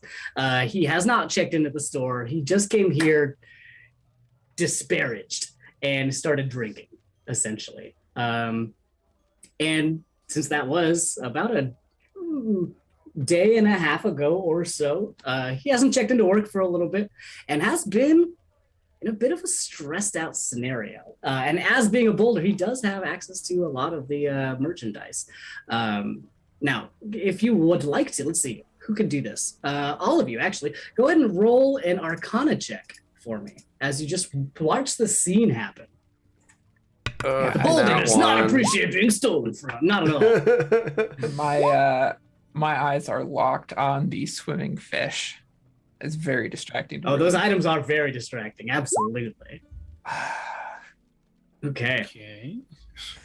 Yeah. Dram, you'd be the only one that would catch really any of this stuff. And it works out as you even know who the boulders are. They are known throughout Umbervale as being able to somehow obtain the perfect item for the situation, or an item that fits in perfectly with something, some attribute. There's a reason for things that they can craft and things that they can create. And even they sometimes don't even know how or why these items existed. But a lot of the boulders, and you can see that there is one right here in front of you, have the item known as a gifting bag, that when they use their gifting bag ability as a gift, they can now present an item of great use to different people that are around them. And as you have all now helped out a member of the Boulder family, they have used their gifting bag on all of you and have crafted some items for you that might be useful later. And the thing that's now confusing to this court, who has presented themselves as Max, and Dram, you know that this is Maximus Boulder, is his full name. His father is Ant Boulder, short for Gargantuan Boulder, and they are two members of the Boulder family. Yes, Gargantuan Boulder is the supreme Boulder of the Umbervale, but Max Boulder is known throughout some of the parts. You know that what their family is capable of. They have these gifting bags and can create stuff, whether they know how to do it themselves or if it's the bag or some connection there. They've made these items are here and they are available currently.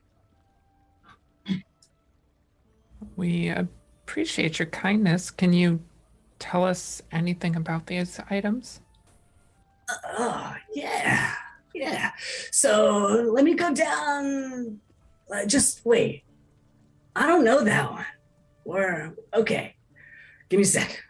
And he touches each one, and you can see that his eyes flash different colors as you can tell that he is casting Identify on each of these different objects for you. As he goes down the list, the Fletcher of Arrows, he says that, okay, well, this is the Fletcher, and it can hold 20 arrows, and it charges for an hour. And when you shoot an arrow, it can add some radiant, It also, whenever you make a hit, it'll cast Spirit Guardians in like a little bit of an area, but only for a little bit. So like the spirits will fly out and they'll do some stuff and then they'll disappear. You shoot another arrow, stuff like that. It's all good stuff.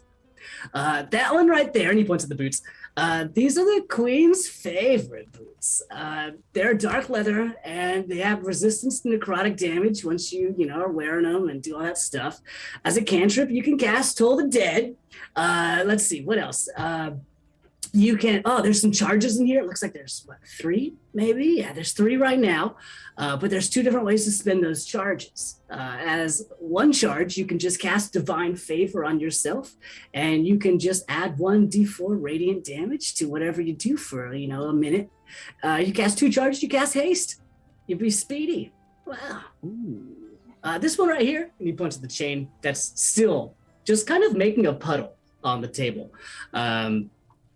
Well, this one is the Chain of the Swamp Dweller. And it can, you could use it as a chain, obviously, but you can also cast Thorn Whip from this, and it'll extend 30 feet out, and it'll deal some piercing damage. It'll pull some things that are maybe a little bit too big closer to you. It also got some charges. You can use some of those to cast Spike Growth and spike out some growth from the ground. That one, he points at the Dark Shroud that is sitting on the table. That is opalescent and seems to be still absorbing a lot of light in this room. That one, it has a darkness effect to it. Not full darkness, but it makes it dampers the light a lot. It's also got some charges to it. It will always dampen any bright items that are in the area, but if you use 1 charge, you can cast Fog Cloud, and if you use 2, you can cast Spirit Shroud. And I've heard that's pretty cool. I've never seen that in action, though. That's the first time I've seen that. That's cool. This one, he points at the fish that are swimming around. It's the Pendant of Fast Friends. And this one, you can cast Friends as a cantrip, just like whenever. It has 3 charges right now, but it could get up to 4 later. You can spend 2 of those to charm a monster. That's pretty cool. And then this guy, and he looks at the snow globe that you can see the city of Maihea in. He touches that again, and his eyes flash, just as they had for every single one of these other items. As he goes, all right. Whoa. Cool. This is a portal. This one, you're able to just go there. I've never seen anything like this, actually. But yeah, I think you use it and you just go to that spot, whatever's being shown, if that's a thing that you wanted to do later. Do you have any reason to go to the city? If not, you got a free trip. But I mean, Kikalaki's going to be there to give you a trip anyway at this point. So, I guess do whatever you want to do. And he raises another cup and just finishes whatever's in this glass right now. As you have access to now all of these items that are splayed out on the table. Do they all require attunement? They do all require attunement, yes. With my tattoo, I will be full up. Can't take any of them. What was the fish one again? The fish one was the Pendant of Fast Friends. It is a pendant of soaring schoolfish that constantly change from one form to another. You gain proficiency in persuasion checks as you attune to it, number 1. You can also cast Friends as a cantrip, and it has 3 charges currently. You can spend 2 charges to cast the spell Charm Monster. Okay. If nobody else wants or or can't use that one. I think that one might be the one that Jinx goes for. Okay. Oh. Got some other stuff on the table. That cloak. Yeah. The Shroud of Spirits. I was thinking that's like the perfect Dram item. Yeah. I have a Opalescent, strange feeling. seemingly absorbing light in the room. It gets dimmer when it emerges. Gets more comfortable, warmer a little bit. And Dram, as you look at it and pick it up, you can hear whispers in the air, voices that you can recognize, but you can't quite make out. They don't seem mad or upset or anything like that. They seem, touching this cloak, more calm, at least, than some of the other voices that you maybe have been used to recently. You can't quite make out what any of the actual words are, but as you touch this cloak, you feel that there are more of those voices around you. So for this, as you attune to it, it will always dampen any brightness that you have. So even when you are using your bright swords, they are going to be at a dim light. You can turn that off yourself at will. If you would like them to be bright, they may, but unless you signal otherwise, it will be dampened as you are wearing this. You currently have 3 charges, but it can hold up to 4. With 1 charge, you can cast Fog Cloud, and with 2 charges, you can cast Spirit Shroud.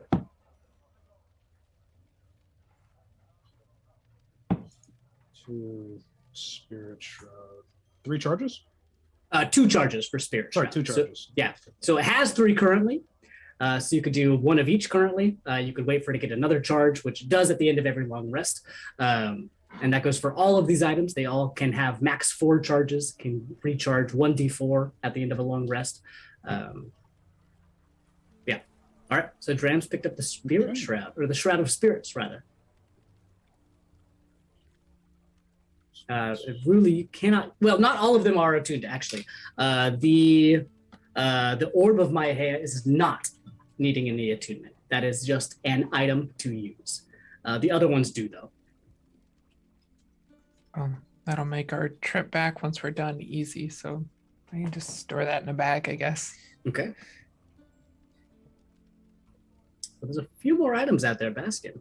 I mean, that chain is pretty fucking cool. I'm not going to lie and say that it's not. Okay, like it's real. I got a lot of shit going on right now, so I'm trying to juggle that real estate. But I mean, if nothing else, I'm just gonna wear it like a cool thing. So so sure, yeah, thank you. I'll take this. I appreciate it, and I'll send your best wishes to the aunties of a heap. Yeah. There are aunties in it. That sounds cool to me, man. Hey, great.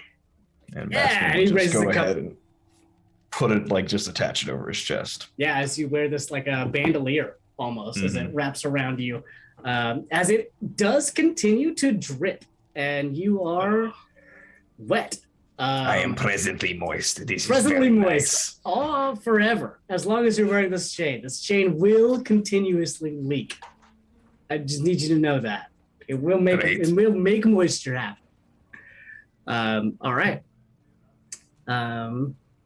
As those other items that did not get claimed, well, maybe Reverie's going to grab the Fletcher or the Queen Spears. We'll leave that open for them. Whatever item didn't get picked gets pushed back in the bag and doesn't look like it changes the mass of the bag at all. Again, it still just looks like an empty golden bag from the outside completely. As Max looks over at all of you and says, "Does look pretty good. All right, don't forget you gotta use them smart. Thanks so much again for everything you've done. I can go to work tomorrow. That's pretty cool."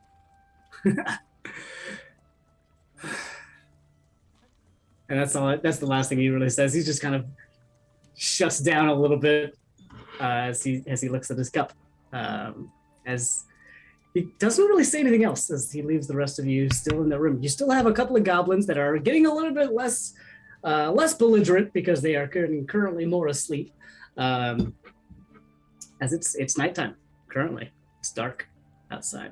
This sounds like from the outside, no one else is moving around. Even Beto seems to be toning. So what do you all want to do right now? You have 2 rooms available for yourself upstairs. It looks like this cord might be sleeping where he sits. What are you up to? Maybe we should get some rest. I'm gonna get those tattoos in the morning. Right. Well, I have a lot of blood, so I'm going to go take a bath. And then maybe tomorrow I will. Oh, I mean, I can help you with that right now if you want. No, your water is fucking cold and I want no part of it. All good water is cold. I will vehemently disagree with you on this issue. Fine. Go find your warm bath. Yes. I'm going to Basket, are bed. you looking for a bath inside the establishment or outside the establishment? Somewhere warm. Okay, cool. Go ahead and roll me an investigation check. What are the Oh, rest of no. you?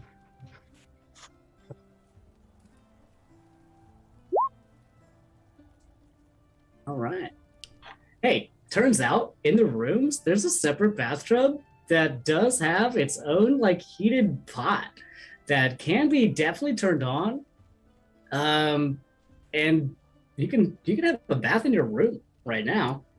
Welcome to the Western Star. We're here for anything that you could possibly need.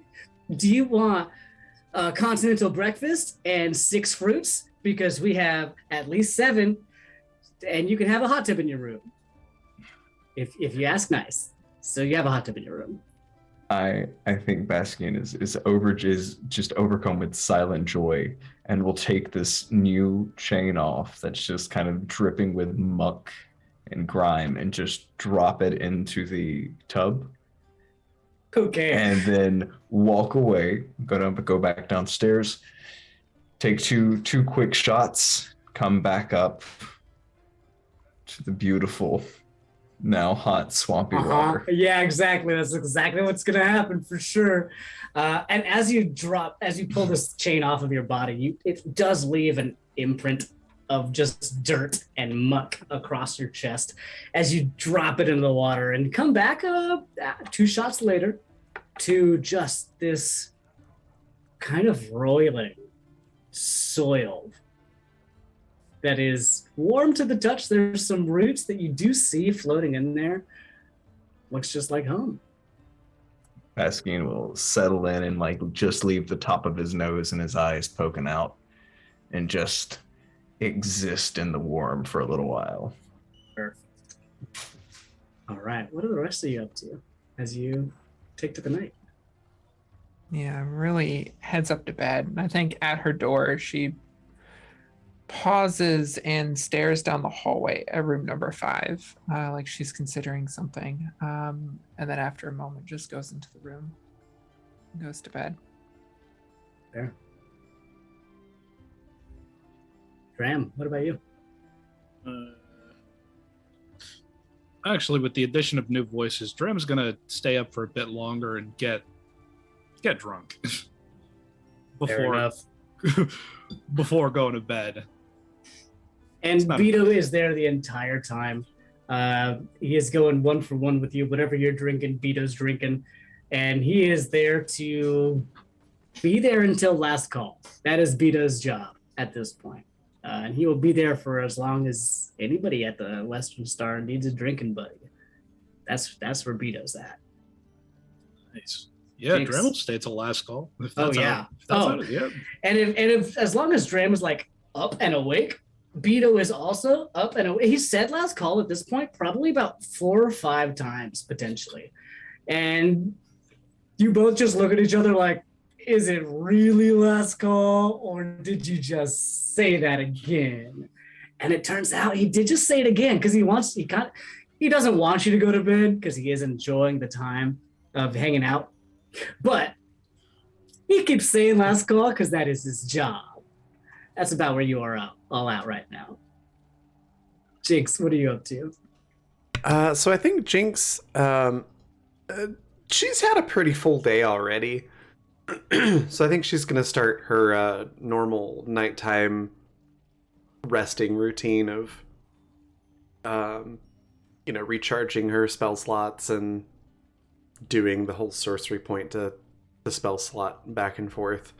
So she just finds, a spot in somebody's room. Maybe it's Dram's room. And just sits down like on the dresser somewhere where, like she can see the entire room. And just sits there, starts mumbling, moving the magic back and forth. All right. Doesn't say anything whenever Dram comes back in, just keeps going. Of course not. Why would you ever say anything? No blinking either. No blinking, just quiet muttering, Why? moving this little ball of magic Yeah, between two Dram's hands. trying to start the conversation. Hey, do you want to? No, okay. Oh, all right. Jinx just like, shh, I'm resting. Just while staring unblinking at Dram. Long this fog cloud lasts. As yes, throughout this long rest, you have whatever items you've picked up, assuming that they were attuned, have been basking. As you clamber out of your, how long do you sit in your swamp pool? Until the heat goes out, probably. Yeah, It's not an indefinite amount of heat. I think until he starts to get nauseous. All right, you're in there for a little bit. It's maybe about 2 hours, maybe a little bit more. As most people would have quit a little bit beforehand, but it takes a bit to get basket nauseous. As you clamber out eventually, and go do the last thing that you do in the evening of go check your book. As you flip open the pages, you actually find that there is a message already written for you. Most of the time when you open up this book, it's blank, and you are the one that initiates the message and that fills in the aunties, specifically again Palomera, with what you are up to and where you are at. This time it's a little bit different, as very rarely, it has happened before, but very rarely does Palomera initiate the conversation with you and give you direct orders, as you see currently here in your book. And it says, written out in her handwriting, new orders. We must obtain the soul bag that was stolen from Titiana, or stolen by Titiana. Wait for the mushroom. They're on their way. And that's all it says. Does the mushroom like ring a bell?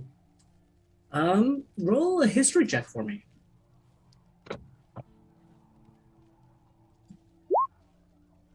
That's an 8. Not really. You've now gotten vague instructions to wait where you are, wait for the mushroom. Your job is to steal the soul bag that was stolen by Titiana. Which, without rolling this one, you know that's the queen. Who is currently not on plane, not in the Feywilds at all.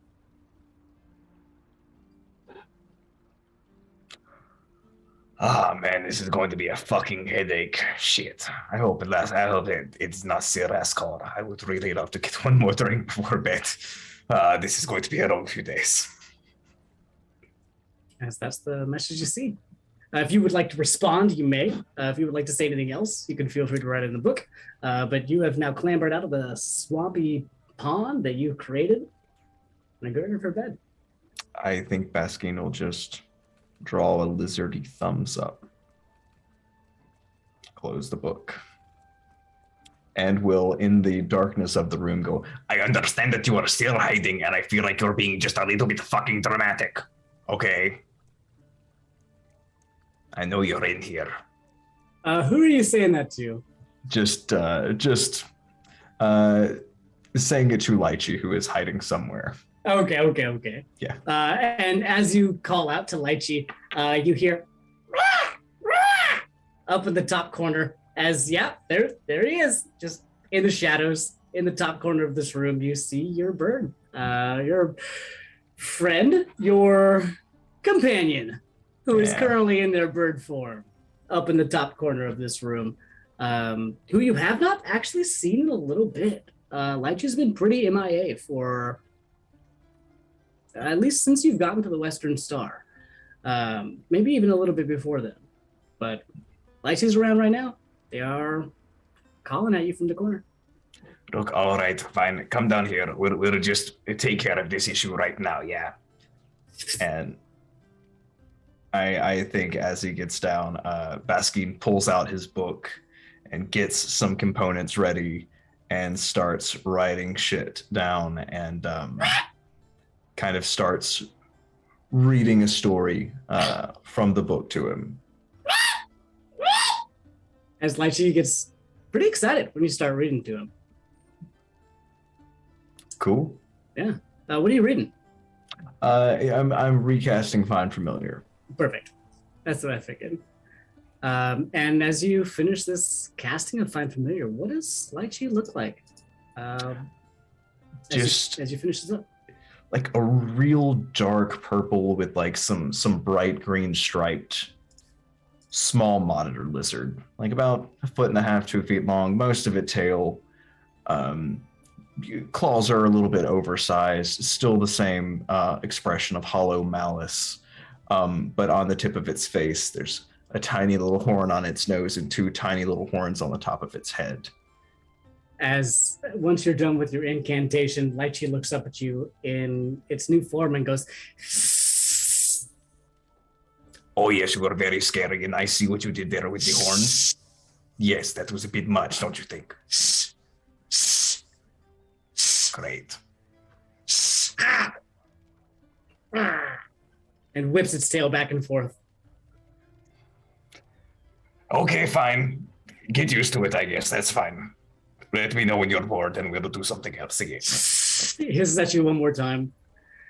And Baskin just hunkers down right in the spot that it's been standing as the Baskin tail just- slowly and it listens to you. Oh, what a menace. and then Baskin will go to bed.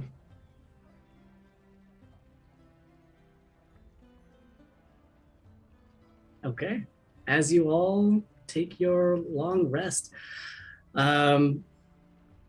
is anybody staying up and doing a watch, or are we all just, because we're in a tavern, we're in a room, we're just sleeping, doing whatever we got it perfect? I mean, Jinx is always watching. Right. And you have gotten 2 rooms. So currently, how are we set up? Jinx, who are you with? Dram and then whoever else is in that room. Okay. So we got 2 rooms currently. We got Dram and Jinx in the one. And does that mean we got Ridley and Baskin in the other? Sure, yeah. Or do we all squish into one? Once Bask is done with his bath, I will fill up the bathtub with cold salt water Okay. and throw up the head of my seal skin and sleep in the tub. Perfect. Yeah. So as you all splurged a little bit for the room with the hot tub, as the 2 of you used it for your individual purposes, and after clearing out a little bit of mud and a little bit of roots and plant matter and stink, you were able Sea to is full of it anyways. It's yeah, you're used to it at this point. But enough for the jets to actually work functionally properly as you clear out as much as you can a little bit. And spend the next couple of hours in the pool. Really, how deep do you sleep?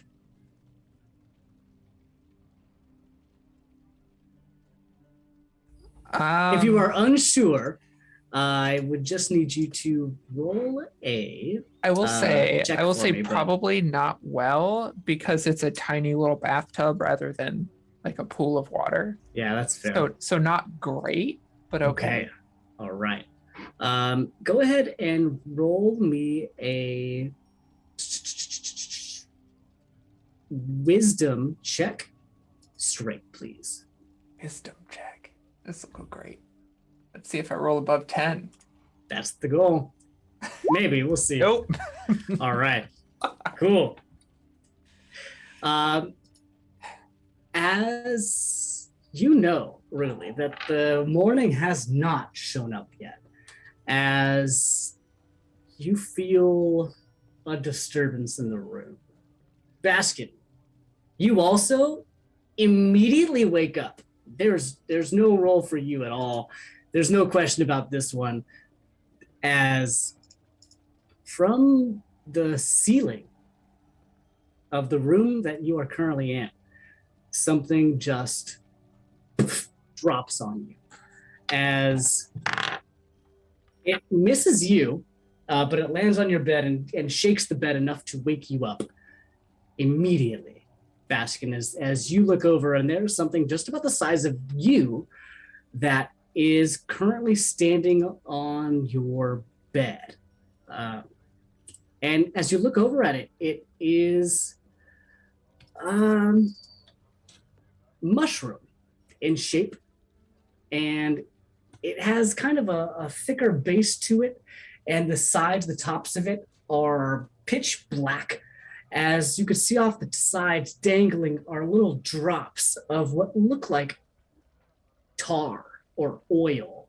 As this thing is currently not as quickly as your chain that is currently wrapped around you, but it is dripping, and it is making a slow, shadowy mess around you as it stands up on your bed and kicks you as you're under the covers and says, "Okay, get up." Ah, fuck, I did not really understand that it was you. Get up, you ready? And really, you are now awake. As you peer up out of the water, I need you, real quick, to make me a stealth check. If you're trying to be sneaky, if you're just emerging from the water, go ahead and just So, prop out. question. But yeah, what's up?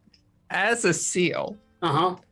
I have advantage on stealth checks in water. Yep. Is this Yep. enough water? You are to in water. count? You are a seal. Correct. Okay, awesome. Yeah, I want to just poke little seal eyes and nose up above the rim, trying to be stealthy. At advantage. Do I get... Oh, I actually rolled well. Wow. One good roll tonight. Sometimes you have those, yeah. Because Okay. it sounds like Basque knows this person, so I'm just watching and listening. So, as you stay in your pool of your own water that you've now created, reminding you of the ocean of Sylvanthes, you sit awake. You know what's going on in this room, listening, watching, but they don't see you. And yeah, Baskin, you also do not know that Ruli is awake at this point either. Your attention is elsewhere. As this figure, this little mushroom, sits right on your bed, kicking you over and over repeatedly. All right, now let's go. It's time. I'm here. We made it. Okay, come on. You ready? Yes, okay. Let's go. Yeah, Okay. I'm not ready, but I'm going. Come Yes, on. I'm going. Why? Where are we? What should I bring? Should I bring something to stab people? Should I bring something to clean up the stabbing? Am I carrying shit? What am I doing? That depends. Are you gonna stab people? Are you gonna clean up after yourself when you stab people? Or you I need? generally do not. What do you need? You bring what you gotta. You bring what you gotta have. Oh my god. Okay, fine, whatever. You ready? How long should I be expect to be gone? I don't know. Like depends how fast we can get the job done. You know how it is. I fucking yes, that is fine. No problem. Let's go. Okay. We're ready? I'm waiting on you, little man. I'm waiting on you, little man. We're heading to the city. We gotta go to the what is it? We gotta go to the court, and we gotta find the soul bag, and we gotta go infiltrate, and we gotta meet up with Tia Brula, and we gotta go to inside the caves, and we gotta find. We gotta bring it back. We gotta bring it back, the bag. Hi, I don't think we've met. What's your? I was gonna introduce myself. I'm Pip. I'm Glip. I work for Ruthie. Who are you, and who do you work for? Oh, I work for Palomera. Palomera. All right. I am asking. I know Palomera at least. It's been a while, but esteemed. Hey, Baskin, go ahead and roll me a history check real quick. Is this relating to the history of a hag? Yes, it is. You can do so at advantage. Absolutely. Ruli, go ahead and roll me a history check as you're hearing all of this at disadvantage for me.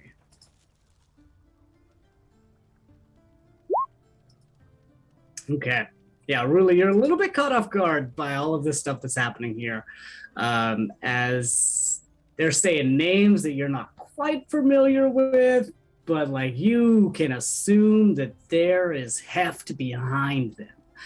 As Baskin, you haven't heard this name in a while, but with a 15 on your history check, you do recognize the name of Ruthie, who is an ancient hag. In fact, one of potentially the first hags to exist in the Feywilds themselves. You have not ever met them. They were in, what you know is that they were imprisoned by the Queen at some point for some reason. And where they are has always been a question, and what's like actually happened has always been a question. But this figuring out that this mushroom creature that is in front of you right now works for Ruthie the Hag is like figuring out that somebody works for, like, I don't know what the best connotation would be. It would be like 15 years ago, somebody figuring out that somebody worked for Elvis. You know what I mean? Like somebody who has not existed in the area for such a long time, but is such like a crucial player that you know who they are. And just hearing their name is like, what? Huh? Takes you back a little bit. You've never again met this person or met this hag of Ruthie, but you've heard of them certainly. Okay, great. This is a great opportunity. Yeah, I'm very happy to be accompanying you on this victory endeavor. Okay, great. Great. Yeah, that's your job. So let's go. Now? Yep. All right, how are we getting there? You came here to me. I came here to you, yeah. And I was told that maybe you'd have like some, I don't know, other stuff. If I gotta do this myself, I could do this myself. But like, I was told to stop in, check with you, and like figure out what's going on with you. So if you're like a waste of my time, I'll keep moving and do my job. But if you're gonna be useful, great. So Look, where you at? I personally feel like I am incredibly useful. Not only do I have a bit of a rapport in the area, I beat the fuck out of somebody down there last night, so everyone knows that I'm not here to fuck around. I also have Nice. writing samples of, and I list the litany of characters who I've collected, like bills, maps that I've just been building up my bank of forgery information. You know, I do know. I've got another few tricks hanging around. I'm happy to help, but I was just told to wait on you like 45 minutes ago. So I don't know, man. I'm here. Was that 45 minutes ago, or are you just late on the draw? I honestly, I'm going to be completely honest with you because you are, if you are looking for Ruthie, then you will know if I am not being honest, and Yep. you would know that I was asleep. Yeah. So I don't really know how long I was asleep. I haven't seen a clock. I'm just kind of taking a guess. You've been asleep for 6 hours and 28 minutes. Great. Well, that is long enough, apparently. Yeah, I made it here. So, I don't know. Are you ready? Are we Yes. gonna go do this thing? Let's go do this thing. All right. Now. Now. And he gets up and he starts heading to the door. He hops off your bed. He's not big. He's not tall. He's about maybe 2 feet tall as his little feet go all the way to the door. And Ruli, you are awake. You're watching all of this, still hidden completely in the water. If you want to do anything, it is about it's past 0 dark 30 in the Feywild, but it is it's pretty close to being daylight again. You're about 2 or so hours from daybreak. You have at this point gotten a long rest, although you are still a little bit tired from where you were at, but you are at the very minimum of a long rest at the moment. So if you are waking up and doing things currently, great. But if not, it's up to you. As Baskin and this mushroom start heading to the door. Yeah, Baskin looks like he's leaving. Normally, Ruli would say something, but she is in her feels currently. And somebody else just leaving. Yeah, I don't think she says anything. She's just going to sink back down into the water. I think as Bask is leaving, he does not turn around, does not look back, just picks up the chain, grabs the book they just got to keep on him all the damn time, and walks. Okay. As you leave with this mushroom, who is currently leading the way. Baskin, where do you go?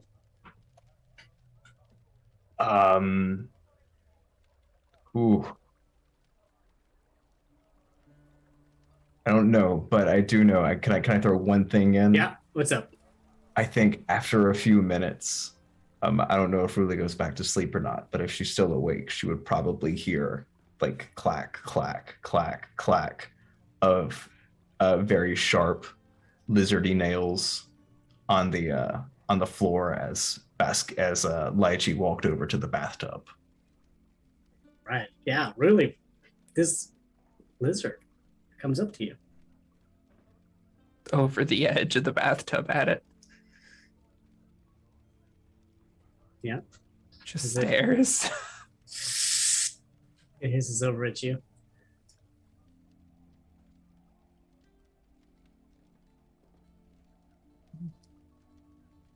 I guess he's coming back. He just sinks back into the water. As Baskin and this mushroom creature start to leave the watering hole and head out towards the coast of Nymphindor. It is dark, but it is not pitch black where you are currently. It is twilight at the moment. There's light coming from the horizon. There's not a bright star in the sky or anything like that. It's still not necessarily bright outside, but it is not the pitch dark that it has been for the past couple of hours, as Baskin and this mushroom figure, who over this past couple of, wanderings that you've had, has still not been able to come up with a cohesive name for itself. It keeps trying to introduce itself, which you find very interesting, as it keeps introducing itself as like Pippy Gobstoppin' or Poppin' Gobloppin' or Pockin' Gobstop or Gobby Pop and Drop Locker. It keeps changing its name over and over again, but it always has the P and the D in there somewhere in its name. As the two of you walk out towards the water, as it is now very early in the morning, And Jinx, you're not sleeping necessarily. Jinx, go ahead and roll me a perception check because you just sort of like existing around this area. All right. 4. All right.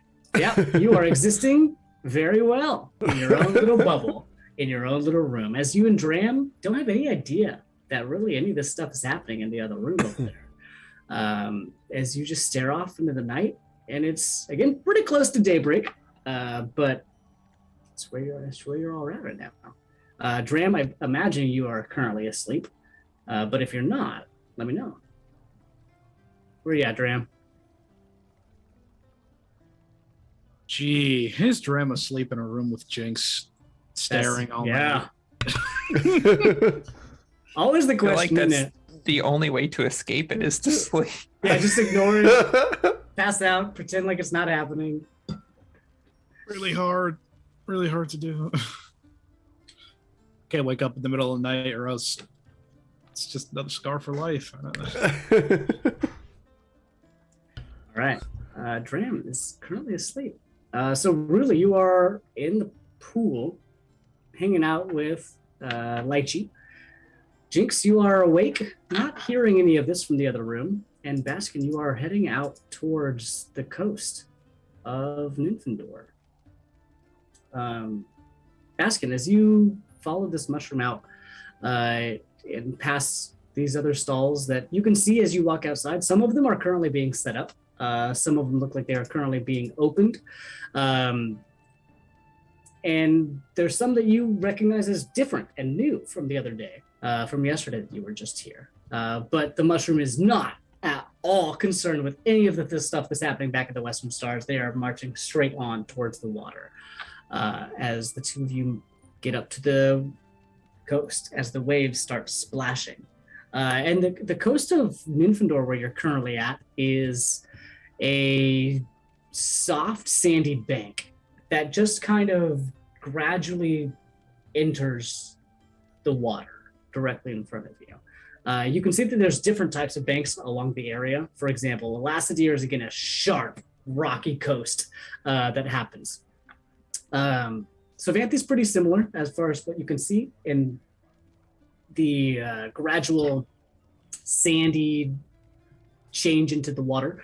Looking up towards the river that goes off towards the north right, or northeast rather, that river looks pretty wide where you're at right now. And you can see that there might be a couple of different types of currents even, looking at the water itself, just from the outside.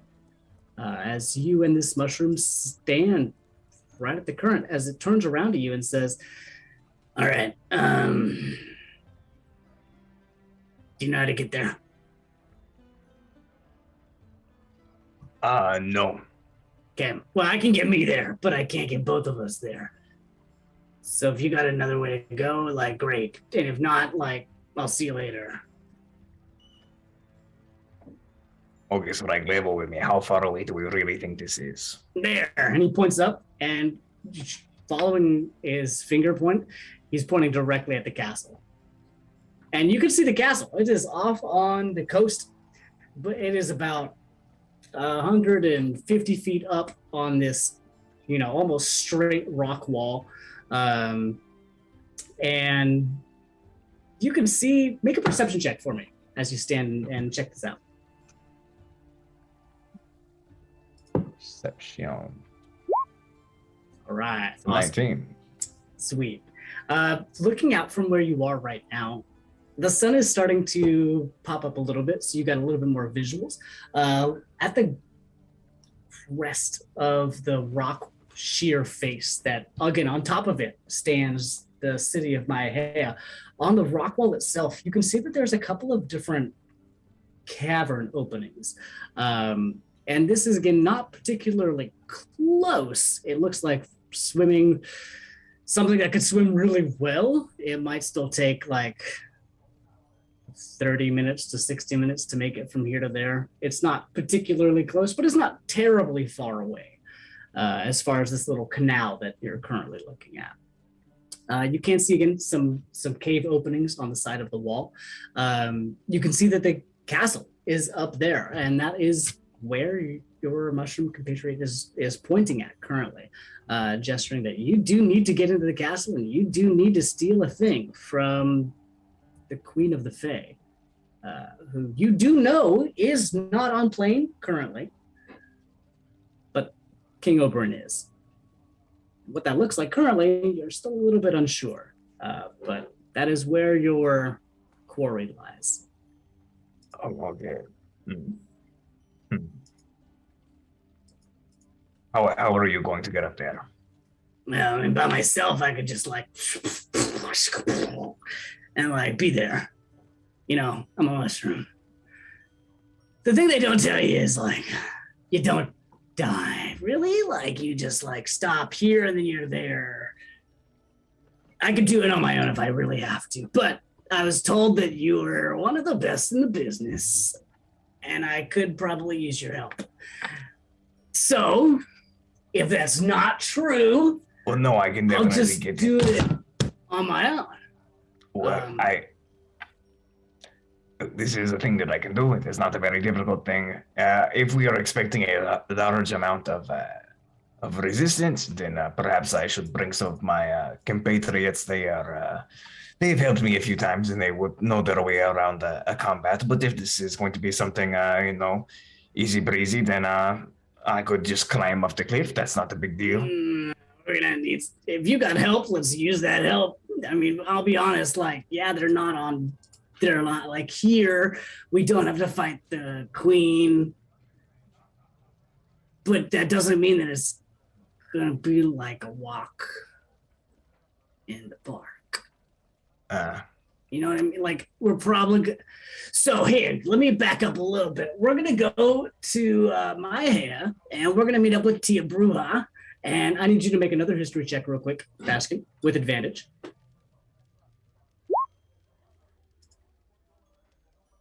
Okay. Only 11. Yeah. So you've heard of this other hag as well, Tia Bruja. As far as your connections with them, it is less than some of the other hags. This is one of the hags of Elassidir, who does not come out very often. You've heard their name in passing, but as far as their scope and power and influence, you are not 100% certain of what that might look like in this realm of Elassidir. But you know that Tia Bruja is a hag and is powerful in their own way. And so this mushroom continues like, okay, we're gonna go meet Tia Bruja, and then we're gonna follow some paths. Probably we're gonna get in there. We're gonna do some, infiltration, and get in, grab the stuff, and come back, and then we're gonna go to Ruthie. We're gonna make it happen. Okay, cool. Well, it's I've got it's go get my folks, and then maybe we'll be able to do something a little bit different. But wait, in case there's anyone watching us, two things. One, Baskin covers his eyes and goes, and just so you know, there is a potentiality that someone is going to be looking at everything that I see. It's there is another hag. We thought she was gone. She's not gone. I wound up taking her deer. She gave me some cool eyes. It's a constant information bartering kind of system. You mean Santa Fia, right? Yes. Yeah. She's in on it. You're good. Okay, great. Just wanted to make sure. Just wanted to keep everyone's confidentiality. Okay, well, now that is out of the way. No, I appreciate it. Wow, there's a lot you don't know, huh? So everyone's working with everybody at this point, I think. I've had to piece some pieces together over the past day, but because I've been trapped for a little while, hanging out with Ruthie, but that's a different. So yeah, we're gonna do a thing, and you're invited. And if you help us out, then you're gonna have some pretty cool stuff, I think. And if you get in the way, then don't. Right? I think is the best case scenario. But yeah, Ruthie and Palomera and Winja, we're making some stuff happen, I think. Santa Fia's in there, but between you and me, she's great. And that's all he says on that one. I think as he's going on, Basket's just holding the fluttering eyeball in his hand. He goes, Yeah, she's a little bit on the odd side. I have kind of picked that up as well. and we'll let the eyeball go, and then start walking back to the inn to get everybody else. Most of our employers are. All right, well, let's grab your companions and then let's steal from the queen, I guess. And that's what we're going to pick up next time. As we go do a heist on the castle. And however you end up getting there, there's a couple of options for you, but we'll figure that out. We'll come back next week. Awesome. We're going to go on a raid here in just a bit. Before we do, I want to give everybody a chance to say what their favorite part was, where we can find them, anything they'd like to share or plug. And then I will mention our sponsors again. So let's go opposite order of how we did intros. Andy, what was your favorite part? Where can folks find you? Anything you want to share or plug? Oh, man. My favorite part was probably, it's got to be, probably Bask fighting the Goliath, whose name, by the way, is Orgly Blastfist. They didn't get a chance to say it because they did get rocks knocked out of them, but that was a pretty good fight. I wasn't expecting the fight to actually happen, which was pretty fun. So I'm glad that there was a little bit of a skirmish between their party and ours. Where you can find me next is right here next week. We got 2 more episodes left of our Fae campaign. We're going to see what happens next as we potentially go off and steal from the queen, or do anything else that we might want to do, because there's a couple of end goals potentially in 2 more episodes. So we'll move on to that in a little bit. That'll be next week here. I might be streaming tomorrow on my channel, but we will see how tired I am. So we'll see on that one. I've had COVID for a little bit, and that has not been ideal. But besides that, we might be back on. There's some brains to dissect or whatever, but those are on campus, and I am not allowed over there right now. So we'll see what ends up happening over the next couple of weeks. But you can find me online at my channel right here on Tuesday. There's some stuff with Queen's Court Gaming that we're still in the works for, so I'll talk more about that later. And that's, I think, all I got for right now. All right. Anna, favorite part, where can folks find you? Anything you want to share or plug? Yeah, favorite part I think was probably the swamp bath. I thought that it was clever. I enjoy that. Yeah, that was probably a favorite part. I'm interested to see where our interactions with this other mysterious party of adventurers goes. But yeah. I'm Anna, aka Archival Dust Bunny, most places on the internet, queer and trans advocate, museum worker, and TTRPG streamer and podcaster. If any of that sounds interesting, you find me on Twitter at Archival Dust Bunny. When I'm not here, Sunday afternoons at 3 p.m. Eastern, you can find me on Weave the Tale for Neon Revolution, our Thirsty Sword Lesbians campaign. I play the burned out heir to a notorious crime syndicate, so lots of queer fun in that. Monday nights, you can find me a Party Wet game with Greetings from Republic City, or Avatar Legends game. I play a waterbender from the Northern Water Tribe who participated in the Water Tribe Civil War, has feelings about that, and is now in Republic City. This Thursday night, every third Thursday, you can find me over on Ballad of the Seven Dice at 7:30 p.m. Eastern, playing Ryutama, The Timeless Journey. I play a young merchant just trying to find her place in the world. And that one, it's a very cute game. Our first episode, my face hurt from how much I laughed through it. First Sunday of every month, you can find me on Thorny Dryad's channel playing Masks in U-Force Inheritance, our ongoing monthly campaign. And then, of course, if sci-fi or podcasts are your thing, you can find me in Response Team Omnicron, a Lancer actual play podcast following a PR team who unexpectedly ends up on the front lines of a brewing conflict. We have sci-fi feels, narrative first giant mech battles, roleplay focused characters. We've been described as if Battlestar Galactica had its own red versus blue. So come and see what all the talk is about. You can find Response Team Omnicron on Twitter at RT Omnicron, and anywhere you normally get your podcast. And the best place to see where and when I'm streaming is on Twitter, so give me a follow there. Awesome. Par, what was your favorite part? Where can folks find you? Anything you want to share or plug?